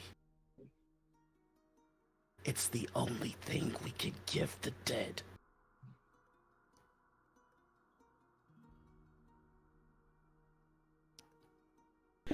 You hear from inside the... Also, check. I'm playing an asshole. Oh, we're good. Okay. I'm playing into you. Okay. I just want to make sure. I'm letting you feel it. No, I'm good. Okay. I love we've got Mar and then we've got Noir. Yeah. Two very different entities. You can hear from inside the rock that encases this severed head the sickening laugh before it finally stops as the last of it breaks down in the flames and there's nothing left.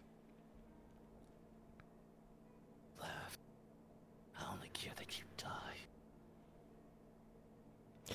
I'm going to say here is we're going to take a quick 5-minute break. Oh, no! Take a quick bio break.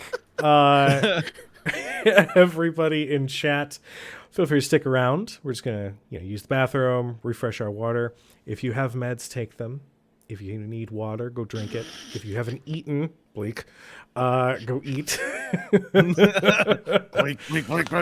But we will be back in just a few minutes as we continue with this delightful story. BRB!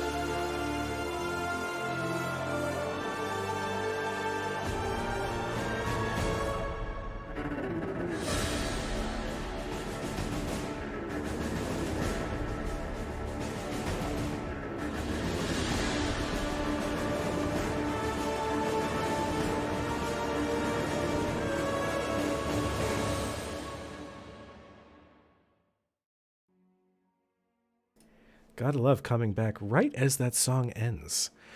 Hello, everyone. Welcome back. We return to our party of heroes. They just finished dispatching of the head of their enemy in the fires of the forge that Quill had made. So, Yes. you are at your old campsite. You have this sleeping teenager of some sort of divine origin with you. What do you wish to do? Is Toby still here? You had... hold on. All right. The dice ruled it. As you all are sort of coming down from the moment, you hear the squeaking of wheels as you hear the all too familiar sound of old Toby riding in his cart along the road. And then I told it. And then he like spots you guys and then looks back. You got you a lot of fast. How'd you already make it back here? There was a thing. There was a thing. But we're here now. Oh, No, it's just a lot happened. A lot. Oh, I understand. Apparently there was some explosion or something coming from Cordelia, so I decided probably not the best time to stick around. We figured we'd better get on the road, find our way to the next spot. Where are you headed, grandfather? Oh, we're heading over to Old Post. Big city, craftsman and all that. I figure I might be able to let go of some of this useless junk I got in my cart. Would you all like to come with? You seem a little under duress. Is everything all right? Yeah, just bit of a rocky time, I think. So. Did we decide to bring her with us? Oh yeah, I think we did. I don't imagine we were leaving her anywhere.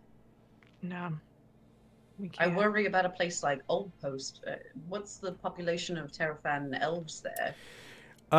You, my darling Nox, know that there is a Terrafan presence within the city, though not as strictly enforced. So they're not everywhere, but they are in certain corners. So I've got a question for you then. Yes. Go on, go. No, you tell me. You tell me. You hit me with that question first, my darling. So part of being a Slyborn is the fact that I've got this feature called Scoundrel that has to do with my community. I can negotiate. I've got advantage rolls on negotiating with criminals, detecting lies, or finding a safe place to hide. And I feel like maybe I could leverage a contact or two to keep this little girl safe while we find out some more information on her. I can give you the name of one of those contacts right now. Go on. A former associate of yours. Her name is Daisy. She exists in one of the bars that deal in some maybe less than savory things, but trustworthy before the last job.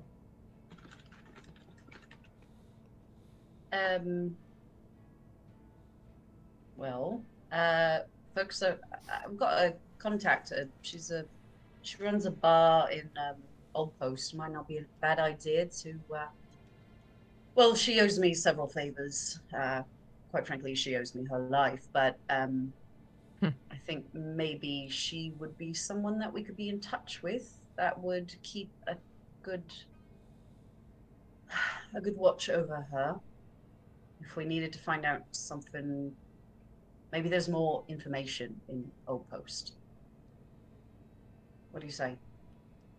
She's got to have people. Somebody who's looking out for her, somebody who's missing her. I don't know, being encased in crystal.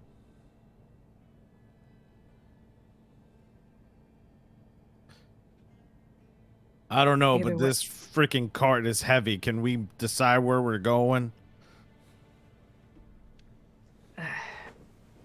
Yeah, Nox, if you've got someone who could hide the girl, it sounds like it's our best bet, to be honest. Well, let's go with Toby. We'll find Days, and we'll go from there. Yeah, all right. Okay.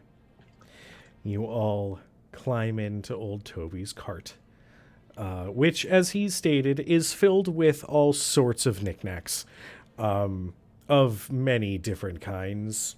Pretty much name something, and it's going to be back there. He says, "Oh, if you'd like, I can actually.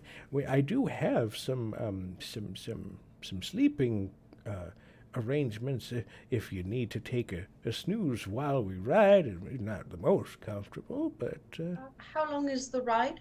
about 2 days." Well, I could go for a sleep. I don't know about the rest of you. We probably want to take watches, just considering what's out here. Yeah, not a bad idea. I'll take first watch. All right, I'll snag second. I can bring up the last. Chronicler, question to you. Yes. If we take a full sleep, Mhm. does that clear our stress, or do we have to clear it a different way? I was looking it up, didn't see. Just wanted to So when you take a short rest, you get to either heal 1d6 hit points or armor. And if you take a long rest, you get to clear all your armor or all your hit points, but not both. Oh, and the same as stress. What Noir said. Okay. Copy that. Would it be enough that we could get a long rest in, even if we're doing a watch? Yeah, I would say so. Okay. Excellent. Oh, and don't you worry. If anything comes up on us as we're riding along, I have a bit of protection. He just pulls out this old, beaten up dagger that looks like it was mainly used for like a nail file, maybe at some point. It's very trusty. Very trusty, I see. It's dealt with many a bandit in the past, I'll tell you. They'll never forget that day. Ooh-wee. They'll never forget that day. No, it's kidding.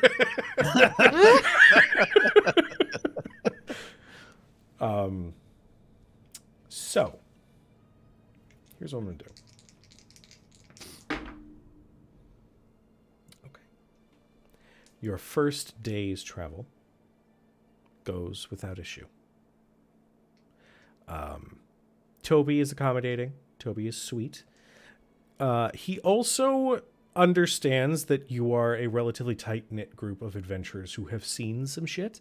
So he is there mainly, if you needed someone to talk to. But he also doesn't pry.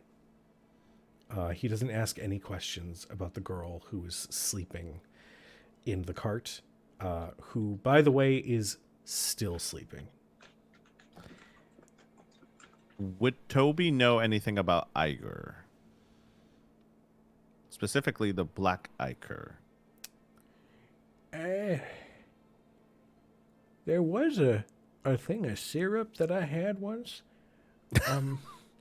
I think it had been left for way too long. It got all dark and a little sloppy. But It's all right. It's okay. It's fine, Toby. It's fine. sorry, I'm an old man with a little bit of knowledge on everything. I'll tell you that. You like pancakes? Make some pancakes in the morning. I can do that for you. I got a family recipe. I love Toby. I love Toby so much. Protect Toby. Protect Toby at all costs. Okay. The second day also passes without incident. Staying on the road has proven to be quite helpful. The wilds around can tend to be a little bit dangerous. Laura, you good? Yeah, it's In got something in my contact? eye. I'm good. No. Yep. Just checking on you. Eventually, along the horizon, you can see the city of Old Post reveal itself on the horizon. Unlike Armagh, this is a much bigger city with many tall buildings. You can hear the distant sounds of commerce and different groups of people meandering through the city. It is a beautiful day, not a cloud in the sky, and everybody seems excited, happy about the day's business. As you approach, there are at least 100 different guilds hawking some wares of some military weapons, some new inventions, finery, clothing, all sorts of things. Yes, Nox, my darling. Hello. I was wondering in regards to downtime while we're doing this, I would really love to prepare, like the first day, repair armor and clear stress. I think that Nox maybe likes to sing or like play music with everyone. But like the next day preparing for the adventure, and it says here if I choose to prepare with one or more members of my party, we each gain 2 hope. So I thought that might be kind of nice if we would like to do that. All good on my side. Who would like to join Nox in preparing for the adventure ahead? I would. All right. Excellent. I think that maybe we like there's like a sense of like childhood joy that we like sharpen our weapons, and we kind of like tell jokes and stories and things. I like to think that we're at one point when I'm not on watch and we're together. I like to say that Nox and Quill kind of have their backs against each other, kind of whistle as she's singing. You know, you could see his like foot just kind of bounce while we're going on and just sharpening his knife as she's like singing. In time, yeah. It's just like, you know, enjoying her voice as it serenades him, and he just sits there thinking about the past, thinking about what happened and the decisions that he needs to make moving forward, as he is one to learn from the past as well. So he just sits there and says, "Hey, Nox. Yeah. You ever gonna learn the, you know,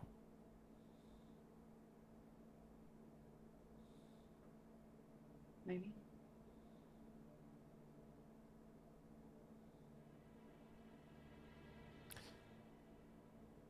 we still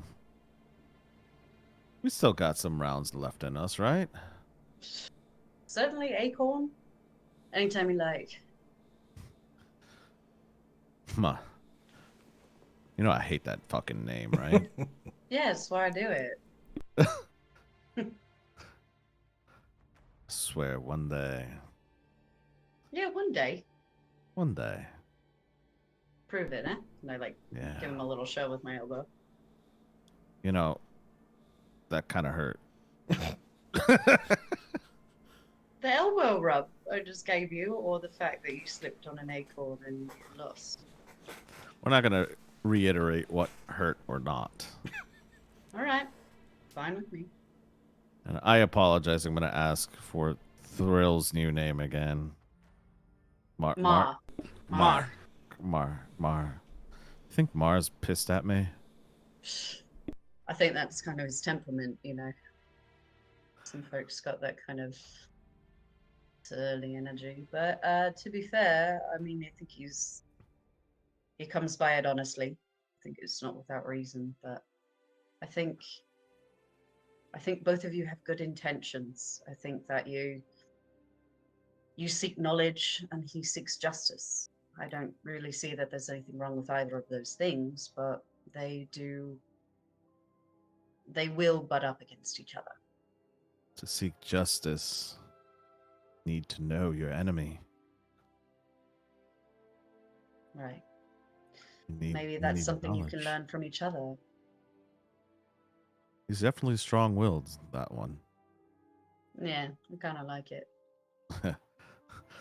You know, it kind of rubbed off on me a little bit. I liked I it. know. Honestly, it was kind of nice. Yeah, But I would never admit that to him, though. I know. I won't say anything. Your secret's safe with me. That's right. My sword's getting a little blunt over here. You're always good at sharpening stuff, and I'll just slide it over. Hand it over. I got it. There you go. Just start shoot, shoot, shoot. Hey, that move you made that back there with the knives, that was fucking dope, man. Like, what was that? I've never seen that one. Yeah, thanks. Something a little new I picked up. I Yeah. guess I realized I learned a lot more on the road than I thought I had. Shoot, you and me both. As he looks around, looks at the girl, really worried about this girl. I know. Reminds me of you a little bit. A lot more sparkly though. I got some sparkle. Come on. I like get in, I like dig under my fingernails and like get the dirt out. You got some spark to you. All in the right places. Well, this one's shiny. Yeah, there's something else about him. It's those elf ears. I don't know what else to call them, but they're different. They are. And I think, and I lower my voice, I say, I think she might be a key to the kingdom, if you know what I mean. I think it would be best for us to keep her as safe as we can. I agree. I think it's time for us to give all the razzmatazz, you know what I'm saying? Yeah, we got that. I got your back always, you know that, right? Yeah, I know. And I like finish like sharpening the rapier and hand it back. I know. Same. Thanks. Well, enough of that sappy shit. Anyway, I yeah. gotta, I mean, I'm gonna kick your ass anyways later. Anytime. Yeah. Mhm.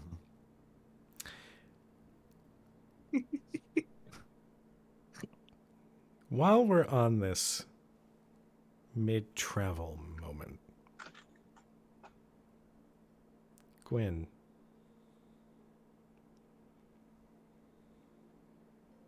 I feel like I'm getting picked on. God damn it. picked up with like a little love. cat. No. Shit. You get a few more flashes as you sleep. Blood everywhere. Fire. The smell of burning bodies. The smog so thick your eyes burn.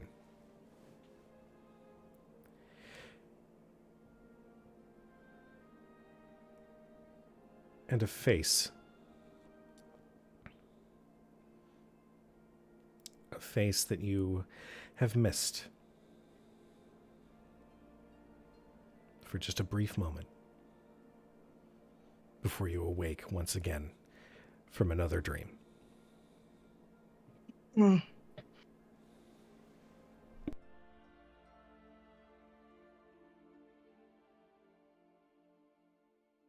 Is everybody else still asleep? Yeah.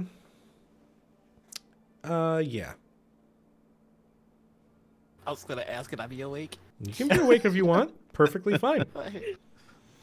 My ass is snoring in the back. Oh, God. God, fucking logs. Holy crap, that was so visceral. It was violent. Look, I'm a fawn. I'm not a human, all right? It's that nose, that Just deviated the- septum. Kicking in your sleep with those hooves, like Jesus. There's a hole in the side Yeah. of the cart where his foot just went clean through. I just used the hooves to fix my armor. Anyway. No, I think Gwen wakes up with a start, sits up. You would think by now that would stop happening. You'd think.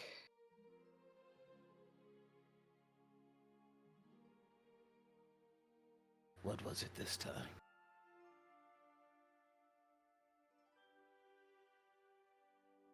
Blood or fire. Me And I too. can still see his face. Good. Keep it fresh in your mind. So you know where to put the sword.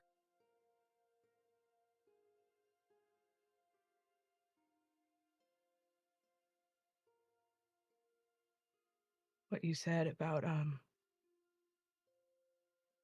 not hesitating. Take down the monsters before they hurt other people.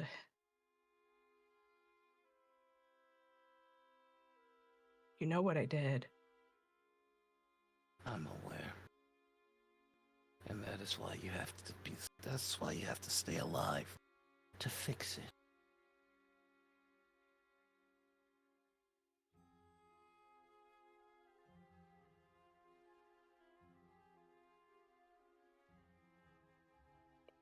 I was a monster too, you know.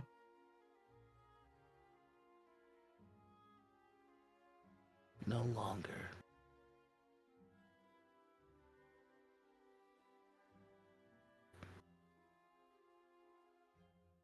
Make sure it stays that way.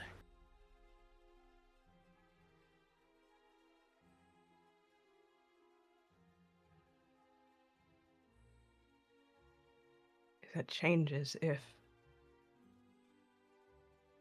it comes back. Promise me you're not going to hesitate.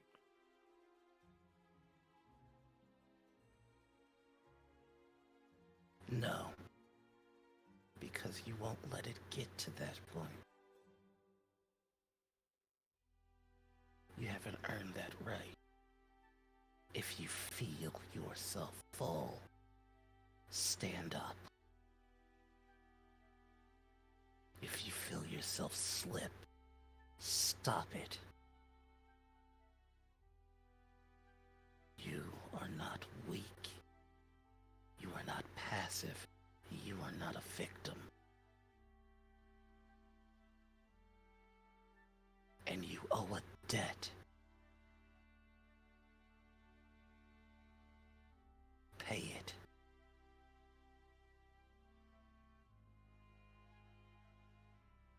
Yeah. Yeah.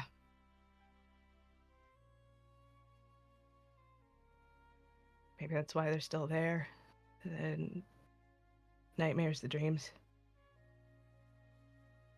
Debt hasn't been paid yet.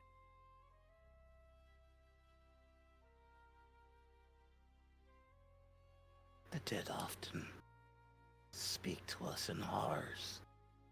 The ones they endured. The ones we failed to protect them from.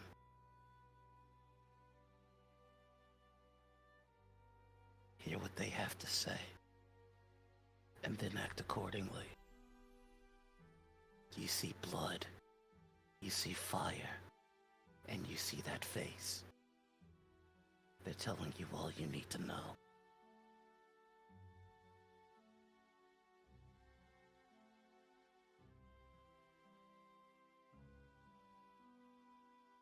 Can't all be as sure-footed as you, Mar.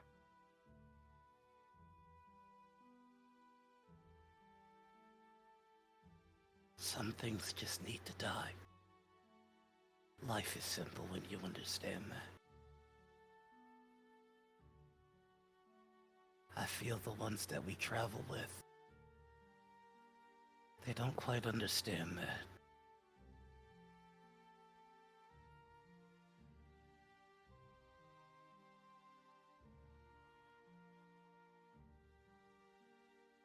They might in their own way.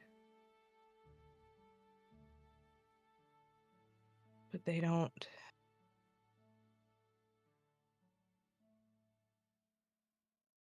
I don't think they quite understand what it is. Stand with a blade in your hand. Not like that. If you could go back to the blissful ignorance, to living in a world where you still believe that there is justice, would you?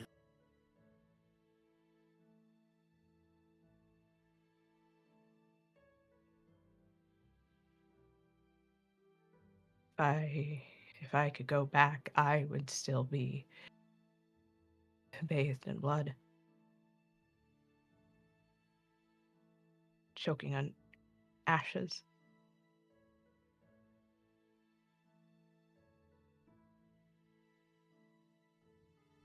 He puts his axe down. He just kind of leans closer.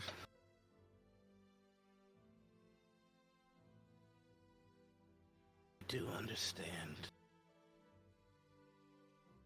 that even when you make it right, the horror won't leave you.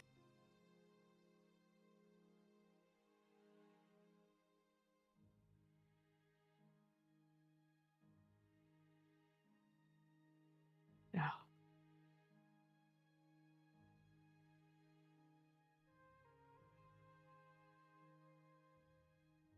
The amount of blood on my hands, I think I will be carrying the dead with me for as long as I live.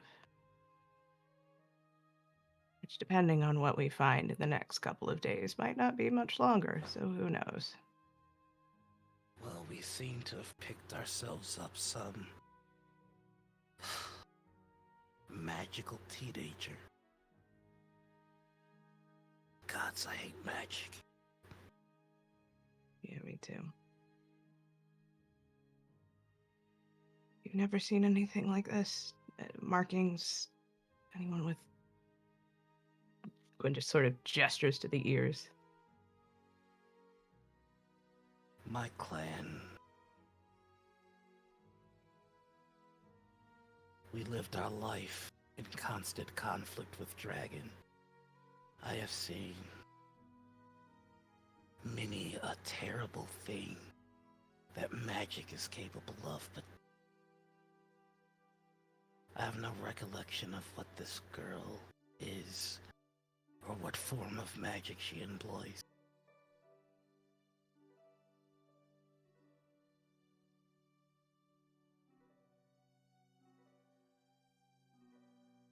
I can smell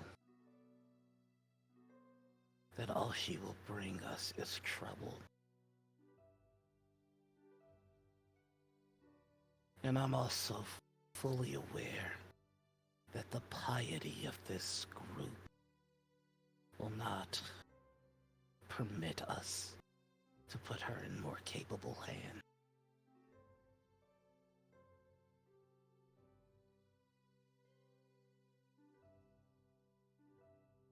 We'll have to see what Nox has available. We certainly can't take her with us. But if part of my penance is looking out for the innocent, sort of nod to the girl. The start, isn't it?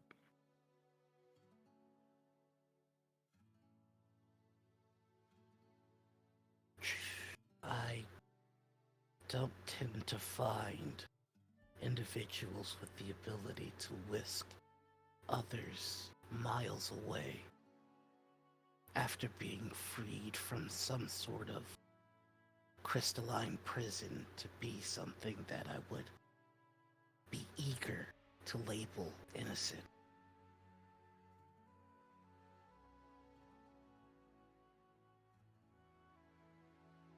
If she was some sort of harbinger of destruction after what she did to that creepy bastard, she could have just done the same to us. She got us out. Then allow me to hold the skepticism for the both of us. Should you prove yourself right, my blade will remain dry. Fine. You should try to sleep again. Yeah. Yeah. Good night, Mar. Good night, Gwen. All right. Jesus fucking God damn. Every goddamn time. But just reaches over and squill in the leg. I'm going to I need you to understand that scared the piss out of me. Oh no! Now you got pee on your hair. Okay. Okay, I'm awake Deep now. Fucking. It's fine. It's fine. It startled me too. Good. I'm glad I'm not the only one who suffered with that bullshit. I literally felt. I was like, It's like as he snores, he kicks it and just like pineapple. Oh. Mark jumps back only to get kicked in the face by Gwen. I hate it here. Oh. I want to go home. My home! And then he starts crying. Bar fight. Oh no.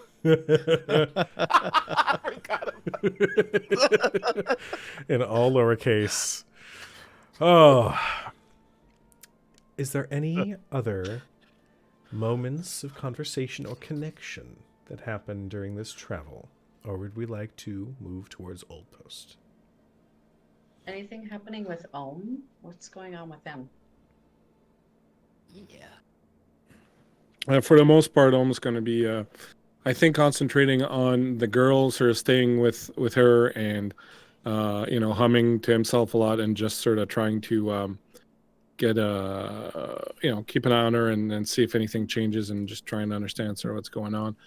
At some point, he will certainly take out a tuning fork and hit it on his head and then look like he's trying to commune with it, and then nothing much is going to come out of that. But with a little bit of a resigned sigh, he's going to put his little tuning fork away, and mostly I think keep an eye on the girl, make sure that she's all right, and just try and understand sort of what's going on. As you hit the tuning fork, I'd like you to make me a perceive roll. My God does not want to be perceived. Neither does mine.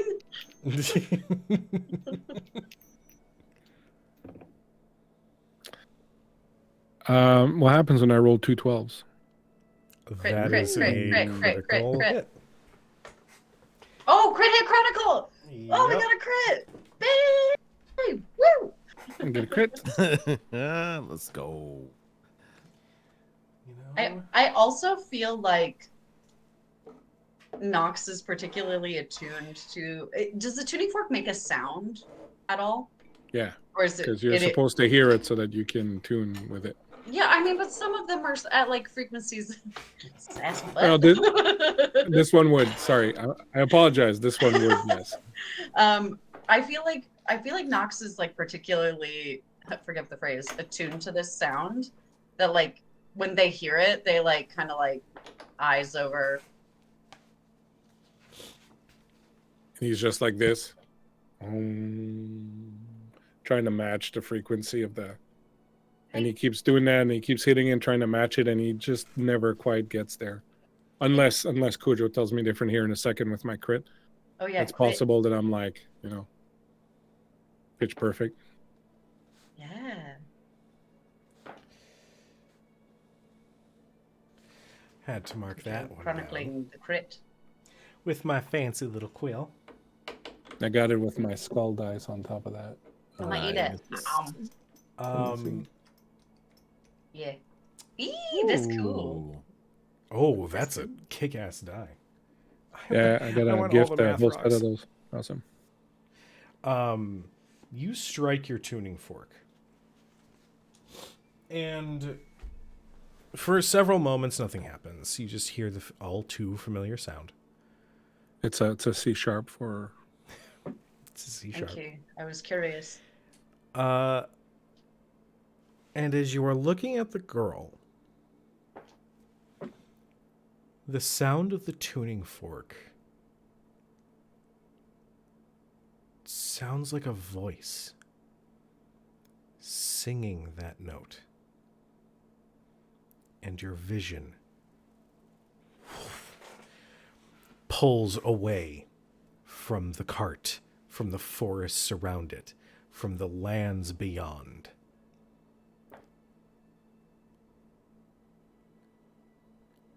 And you can see those same hallowed halls that you had had a vision of not a couple days prior. And unlike before, you can move through them. This is a beautiful temple. And as you move through these halls, you can hear a girl's laughter. And you turn and you see the girl as she's frolicking through these halls with a big smile on her face. Her eyes are a beautiful emerald green. And you see, as she's basically running, looking like she's being chased playfully by something, a clank. Larger, far more articulated, but whose plates are of silver and gold.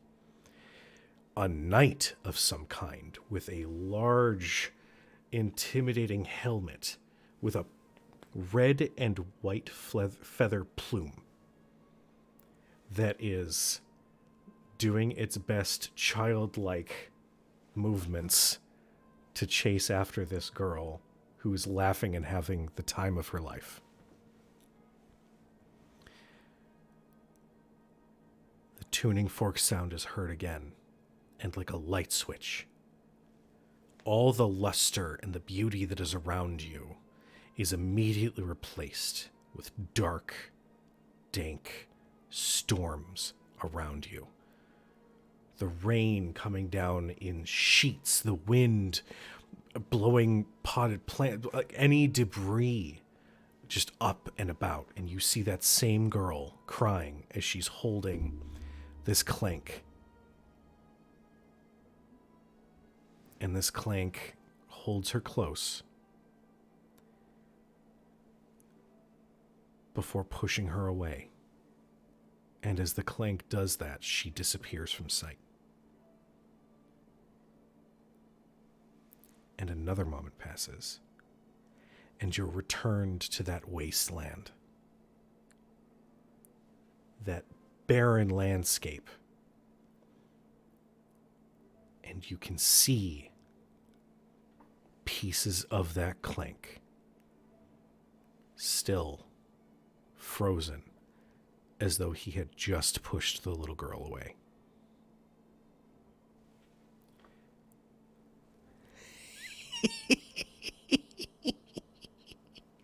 That laugh echoes out once again, and your vision is returned to the cart. You are back from your vision. And I think when he comes back, he's in the position that he saw the giant there at the end, sort of holding his tuning fork, but with his hand out. Oh my. Hey, Bucket? Are you okay? What's wrong? Did you just call me Bucket? Yeah, it's what Gwen calls you, so kind of liked it. Gwen calls me Bucket? Gwen calls you Bucket.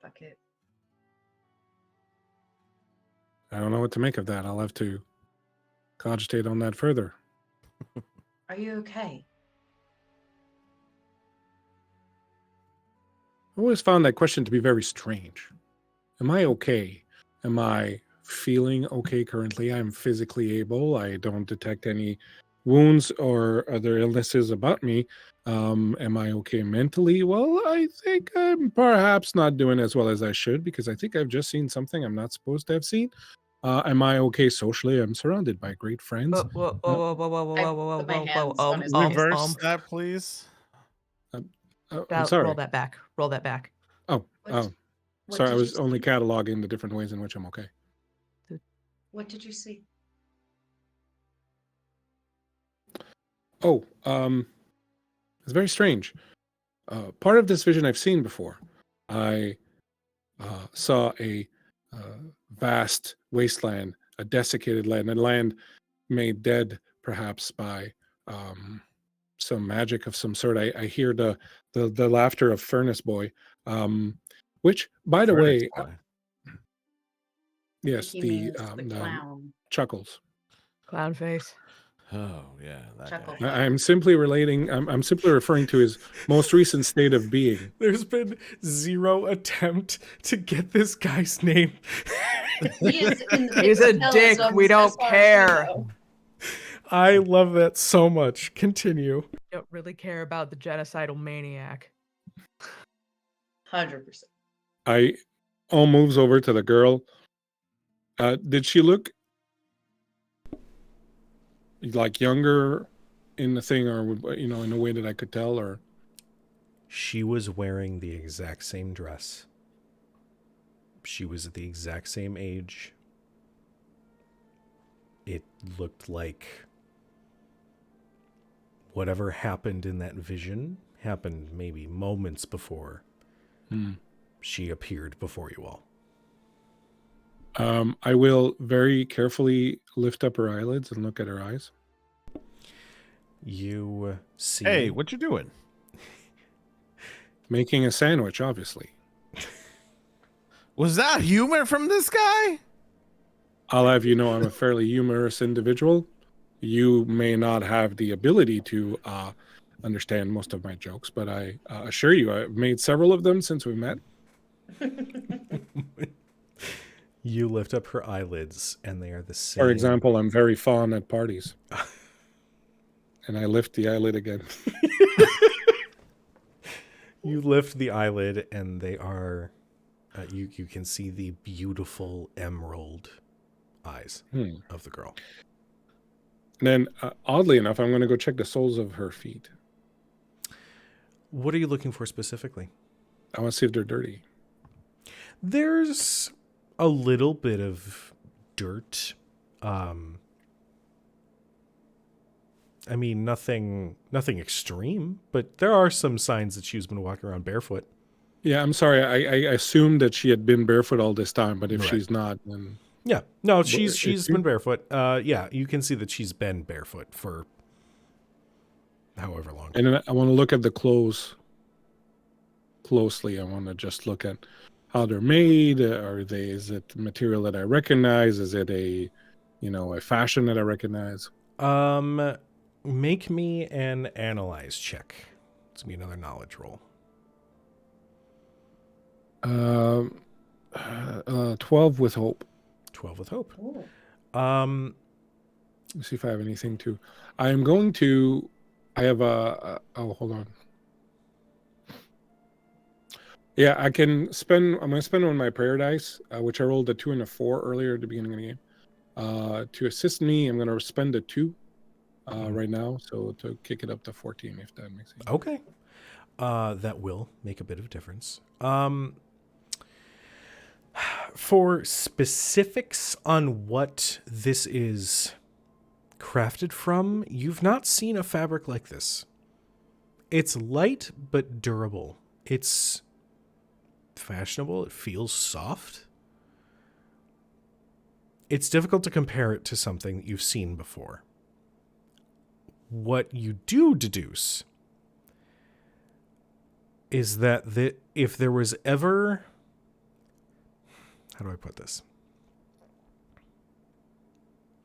It's like finding a Greek god and discovering the robe that they present themselves to you in. Like, you just, that tuning fork, that vision, you can't help but feel that sense of divinity. Not only from this girl, but everything about her. Her clothes, her hair. So I want to do something, and you're going to have to tell me if I can do this or not. Okay. I want to make a sandwich. No. I want It's a tall order. to... All of this seems very removed from my God. All of this seems removed from the purview of my God and everything else. However, I did see this through the means I used to connect with my God. One of my dedications as an order born is the great tinkerer has a plan, trust in it. Mm-hmm.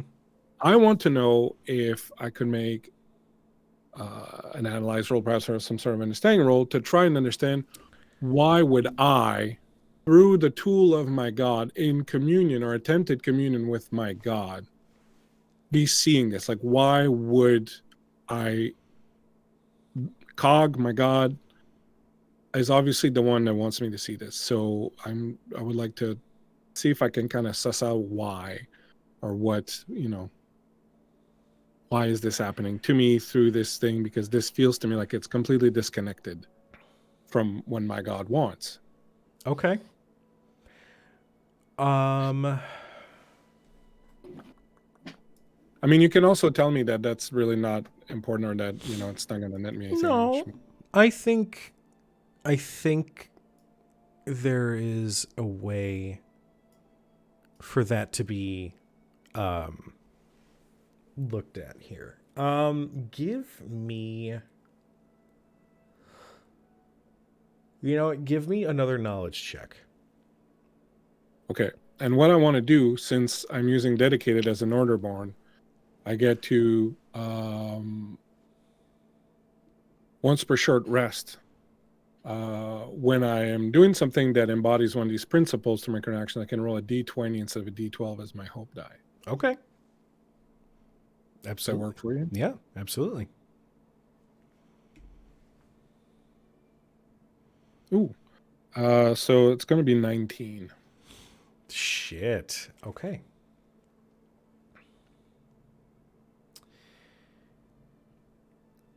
With hope. With hope. Okay. You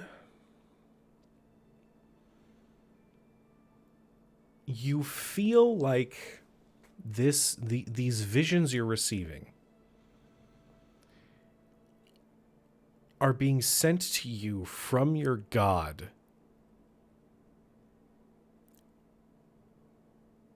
maybe possibly as a warning, maybe to provide some perspective. And you can't help but feel with every one of these you experience that the Pantheon is not divided and spread out. It's not like distant family members who rarely engage. Something about that last vision tells you that the Pantheon might actually have a realm and a home and a community of their own that just exists beyond what we see. And even if it wasn't direct communication, it wasn't words, it wasn't something succinct like that, you can't help but feel like this is further evidence that it's not that the gods don't want to or are unable to communicate. It's more that something is draining the energy to do so.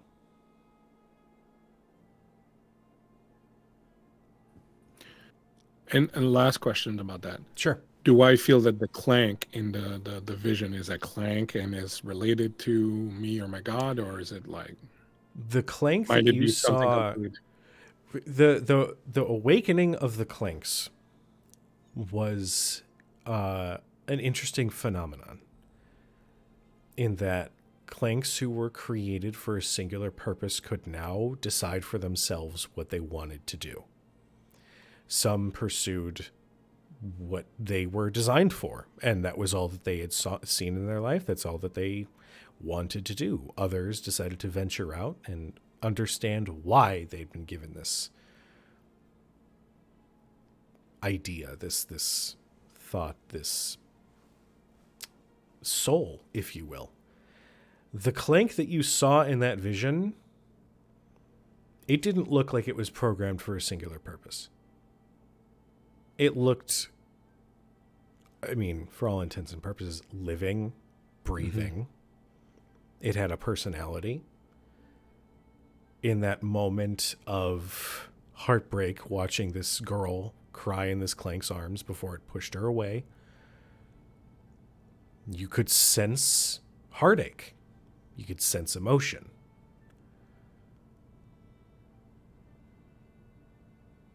So I would say that you definitely feel like there was a reason that you saw that clank. Okay, first of all, apologies to my castmates for hogging here. There's no hogging. There's no hogging. I think Literally, do not apologize for excellent roleplay. After he's kind of finished with his examination of the cloth and everything else, he'll sort of lean back a little bit and say, "You know, the first time I heard the voice of my god, Cog, it was a very interesting experience, because at first I thought I was talking to myself, and then I realized that I wasn't talking to myself. In fact, there was something else that was talking to me. And I imagine other clanks felt this way too, as we suddenly realized that there was more."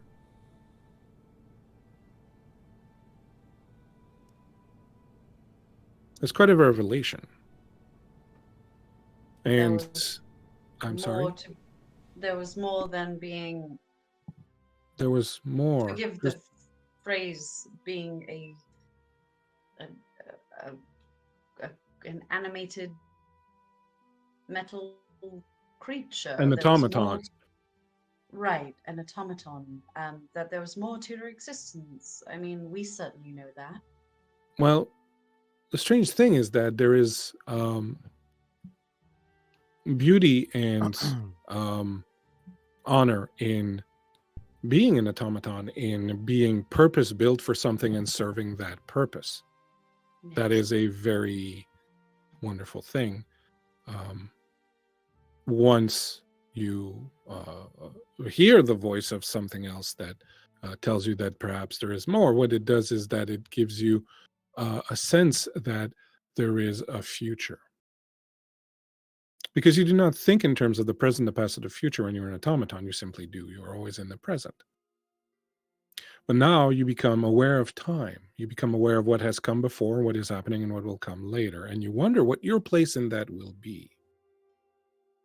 What I saw here a moment ago, and what I sort of a continuation of what I'd seen before, was another place, but I'm not sure to what, another place and time.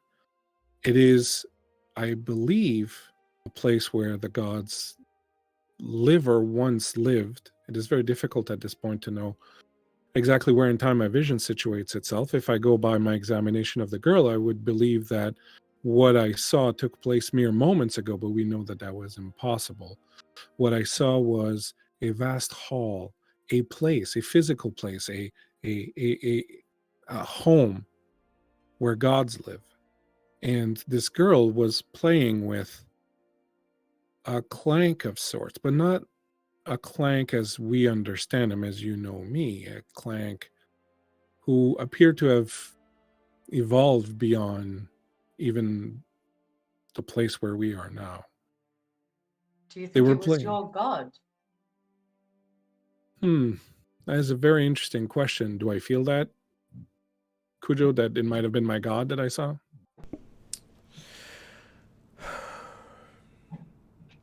Make me a retroactive perceive check. Ooh. Okay, I'm gonna spend my other prayer dice, which is a 4. Also, I heard that. Ooh.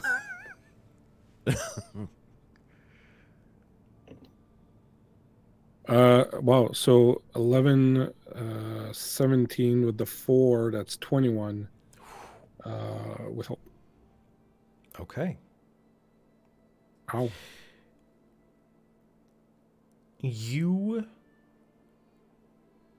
And it just hits you. There were a couple of moments when the girl was playing with the clank,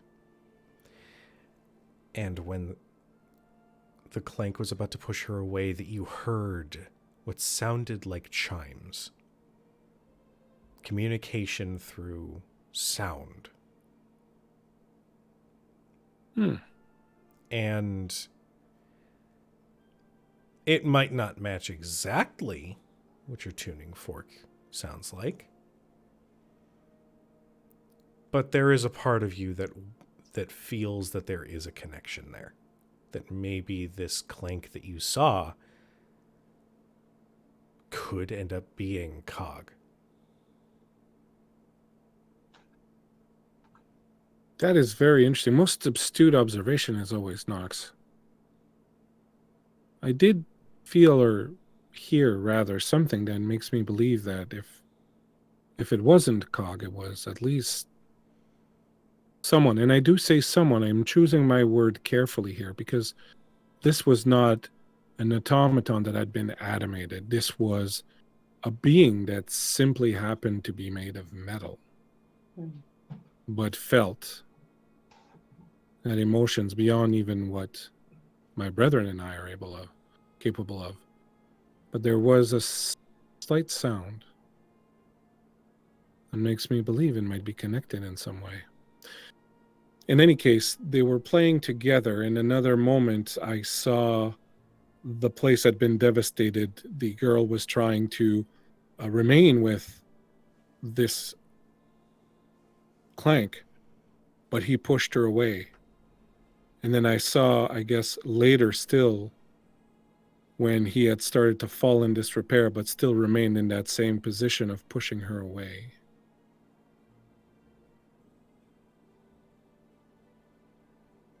And then I came back here. I don't know much about religion. I'm the wrong person to ask, but it sounds like this all is connected. I think it's worth investigating. One more There's- thing. I'm sorry.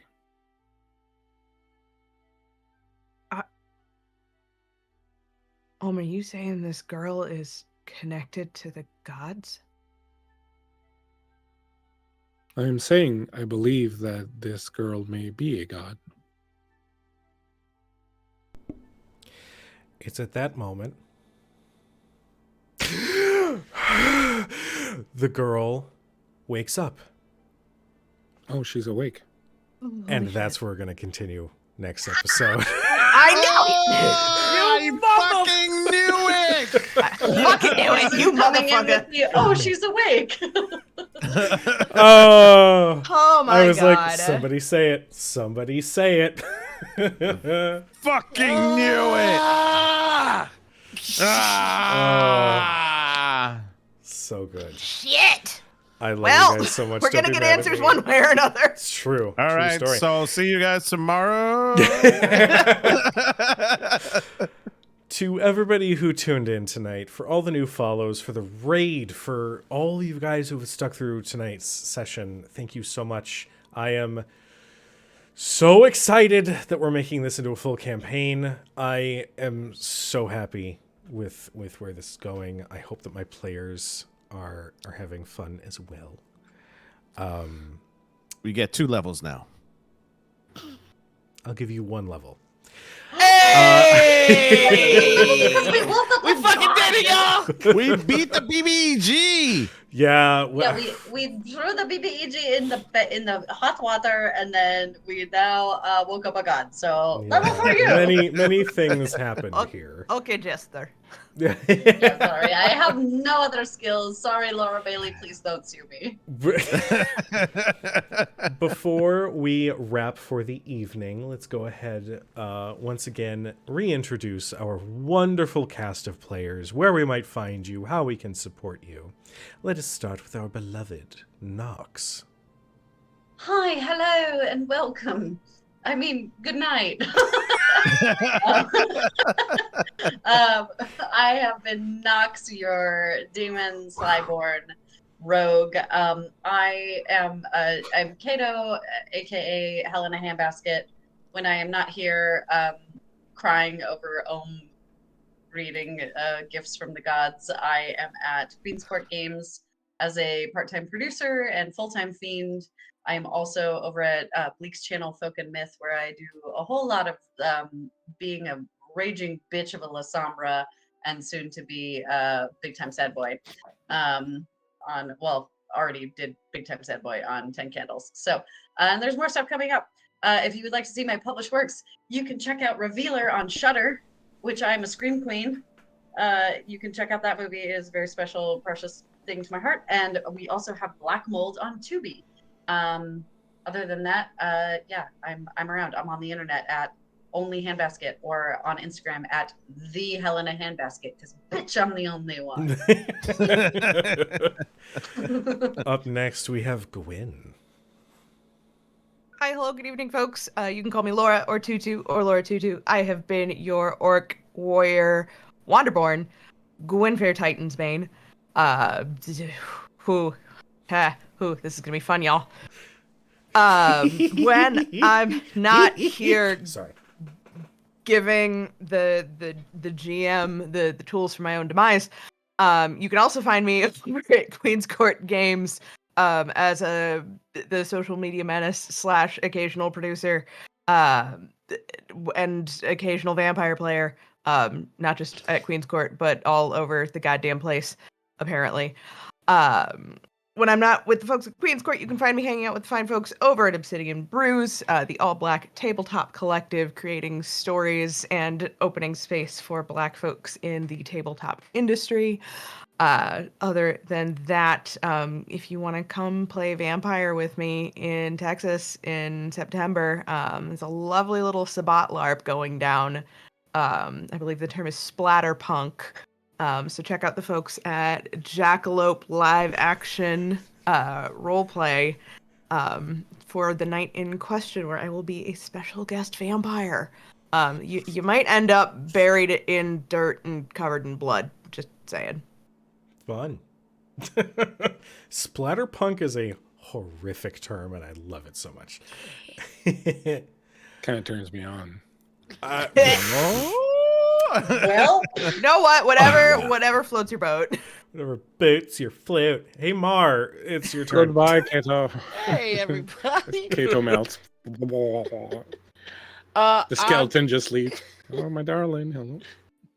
Hi, I'm Noir. I play Philmar Drakebreaker, the Dwarven Guardian, edgelord. It's like a pizza roller. All edge, no plate. I love it. And if you want to find me, don't. No, I'm just kidding. You can find me all over the internet as Dino Enigma. That's Twitter, Twitch, YouTube, TikTok, Instagram. Every Monday, I'm over on Althaven for Beacon, our Free League Alien RPG game. I play a doctor that has 2 hit points, and I took 1 point of damage episode ago. So we'll see what happens. Every Friday, you can find me over on Gen Con TV, where I host Gen Con's Table Takes, our new show about all things TTRPG. Morning Ritual is going to be on a little bit of a hiatus while we figure out how we're going to retool that. And yeah, that's it. All right. Much love. Our darling Quill. My name is Norfolf911, also known as your lovable, horny fawn person. I have horns. Okay. I just took them off.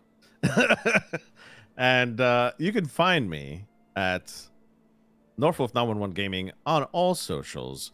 We are playing TTRPGs every Thursday at 7 p.m. Eastern Standard Time. We're currently going through our episode of The Walking Dead, episode 4, and we are going to be starting Candela Obscura long campaign on the 25th of this month, which I am super stoked for. We have a wonderful cast over there. Please go drop them a follow as well. They got some amazing things coming up for Alien, The One Ring, and a bunch of other games that we're going to be doing thanks to Free League, our partners, and some other games as well. We normally focus on indie TTRPGs, and you can find me every Tuesday here live on this amazing channel, thanks to this fellow playing your amazing Vaughn. Every other Tuesday. Every other Tuesday, or come by every Tuesday anyways, because he's cool. So why not? Why are you yelling? Why am I yelling? Because I'm a New Yorker. That's why. Oh, God. You know? Yeah. Blame New York. Great. And finally, we have our darling Ohm. Yes, hello everybody. My name is Bleak Season. You can find me everywhere at Bleak Season or Bleak Season, and also on Folk and Myth, my channel, where I produce and run games. We currently have D&D 5e going on tomorrow with my good buddy Miko, the OK's GM, running his homebrew World of Eastera. That's every Wednesday that we play that at 8:30 p.m. Eastern. On Friday this week, we have the third and final part of a Call of Cthulhu investigation we've been doing with my good buddy Jim Kurt running the game, and just 2 players, just me and Darling Creepshow playing. It's been a blast. In that slot, starting the week after, we're going back to my long form vampire campaign, Lights, the Camarilla side of it, that will continue on for several weeks after that on Fridays. And on Monday next week, we go back to the Sabbat side of the vampire world with the penultimate episode of Severed, the Sabbat Chronicle we've been running, which Kato is in, and it got really ugly last week. So that's every other Monday. Finally, this Thursday we have a special one shot on Folk and Myth. So that's twitch.tv/Folk and Myth. We have a special one-shot of Coriolis, the Great Dark, the new game that's coming out by Free League that I'll be running with, again, a group of great players. So we're going to give that a spin and see, how it handles the curves. Science fiction game with a little bit of horror and supernatural elements, and it looks a lot of fun, So that's me. That's what I'm doing. Thanks so much for having me. Great time. Thank you. Thank you, Cujo. Oh, you're loved, darling. I have been your chronicler, your game master for the evening. My name is Cujo. You can find me at Cujo Plays Games and at Crit Hit Chronicles on all major social media platforms except for Twitter, where it's at Crit Hit Chron. As we know, character limits are a thing. You can find me every Wednesday over at twitch.tv/Nerd Immersion as we play D&D 5th edition. You can find Gable, the Gentleman Duelist. One of my favorite characters to play. That game is super fun. Every other Tuesday, you're going to see this game on this channel. Gonna have a long-term campaign with these beautiful, beautiful people. I'm so excited to run this. I love this game so much. And coming up soon, maybe you'll see me on some Folk and Myth stuff. Maybe you'll find me on some other stuff. Who knows what's going to happen? Not maybe. You, me, and Laura are going to be playing in Dark Ages with Aaron Melandri. Well, I was trying to be coy, Kato. God. We already know. Everybody already knows. You will find me playing in a Dark Ages character, which it will be my second time playing Vampire the Masquerade, and I have been dying to play. We're going to go ahead and get a raid going for Captain Robert, another face you will see on Wednesday nights over at Nerd Immersion. Seriously, thank you all so much for tuning in. You are loved. You're appreciated. Thank you to this wonderful cast for making this just the best. I am so excited for where this is going to go, and I can't wait to tell the story with all these beautiful creators. So, in the meantime, you all be nice to each other. and be good and do good, and we will see you guys next time. Bye. Woo! Bye.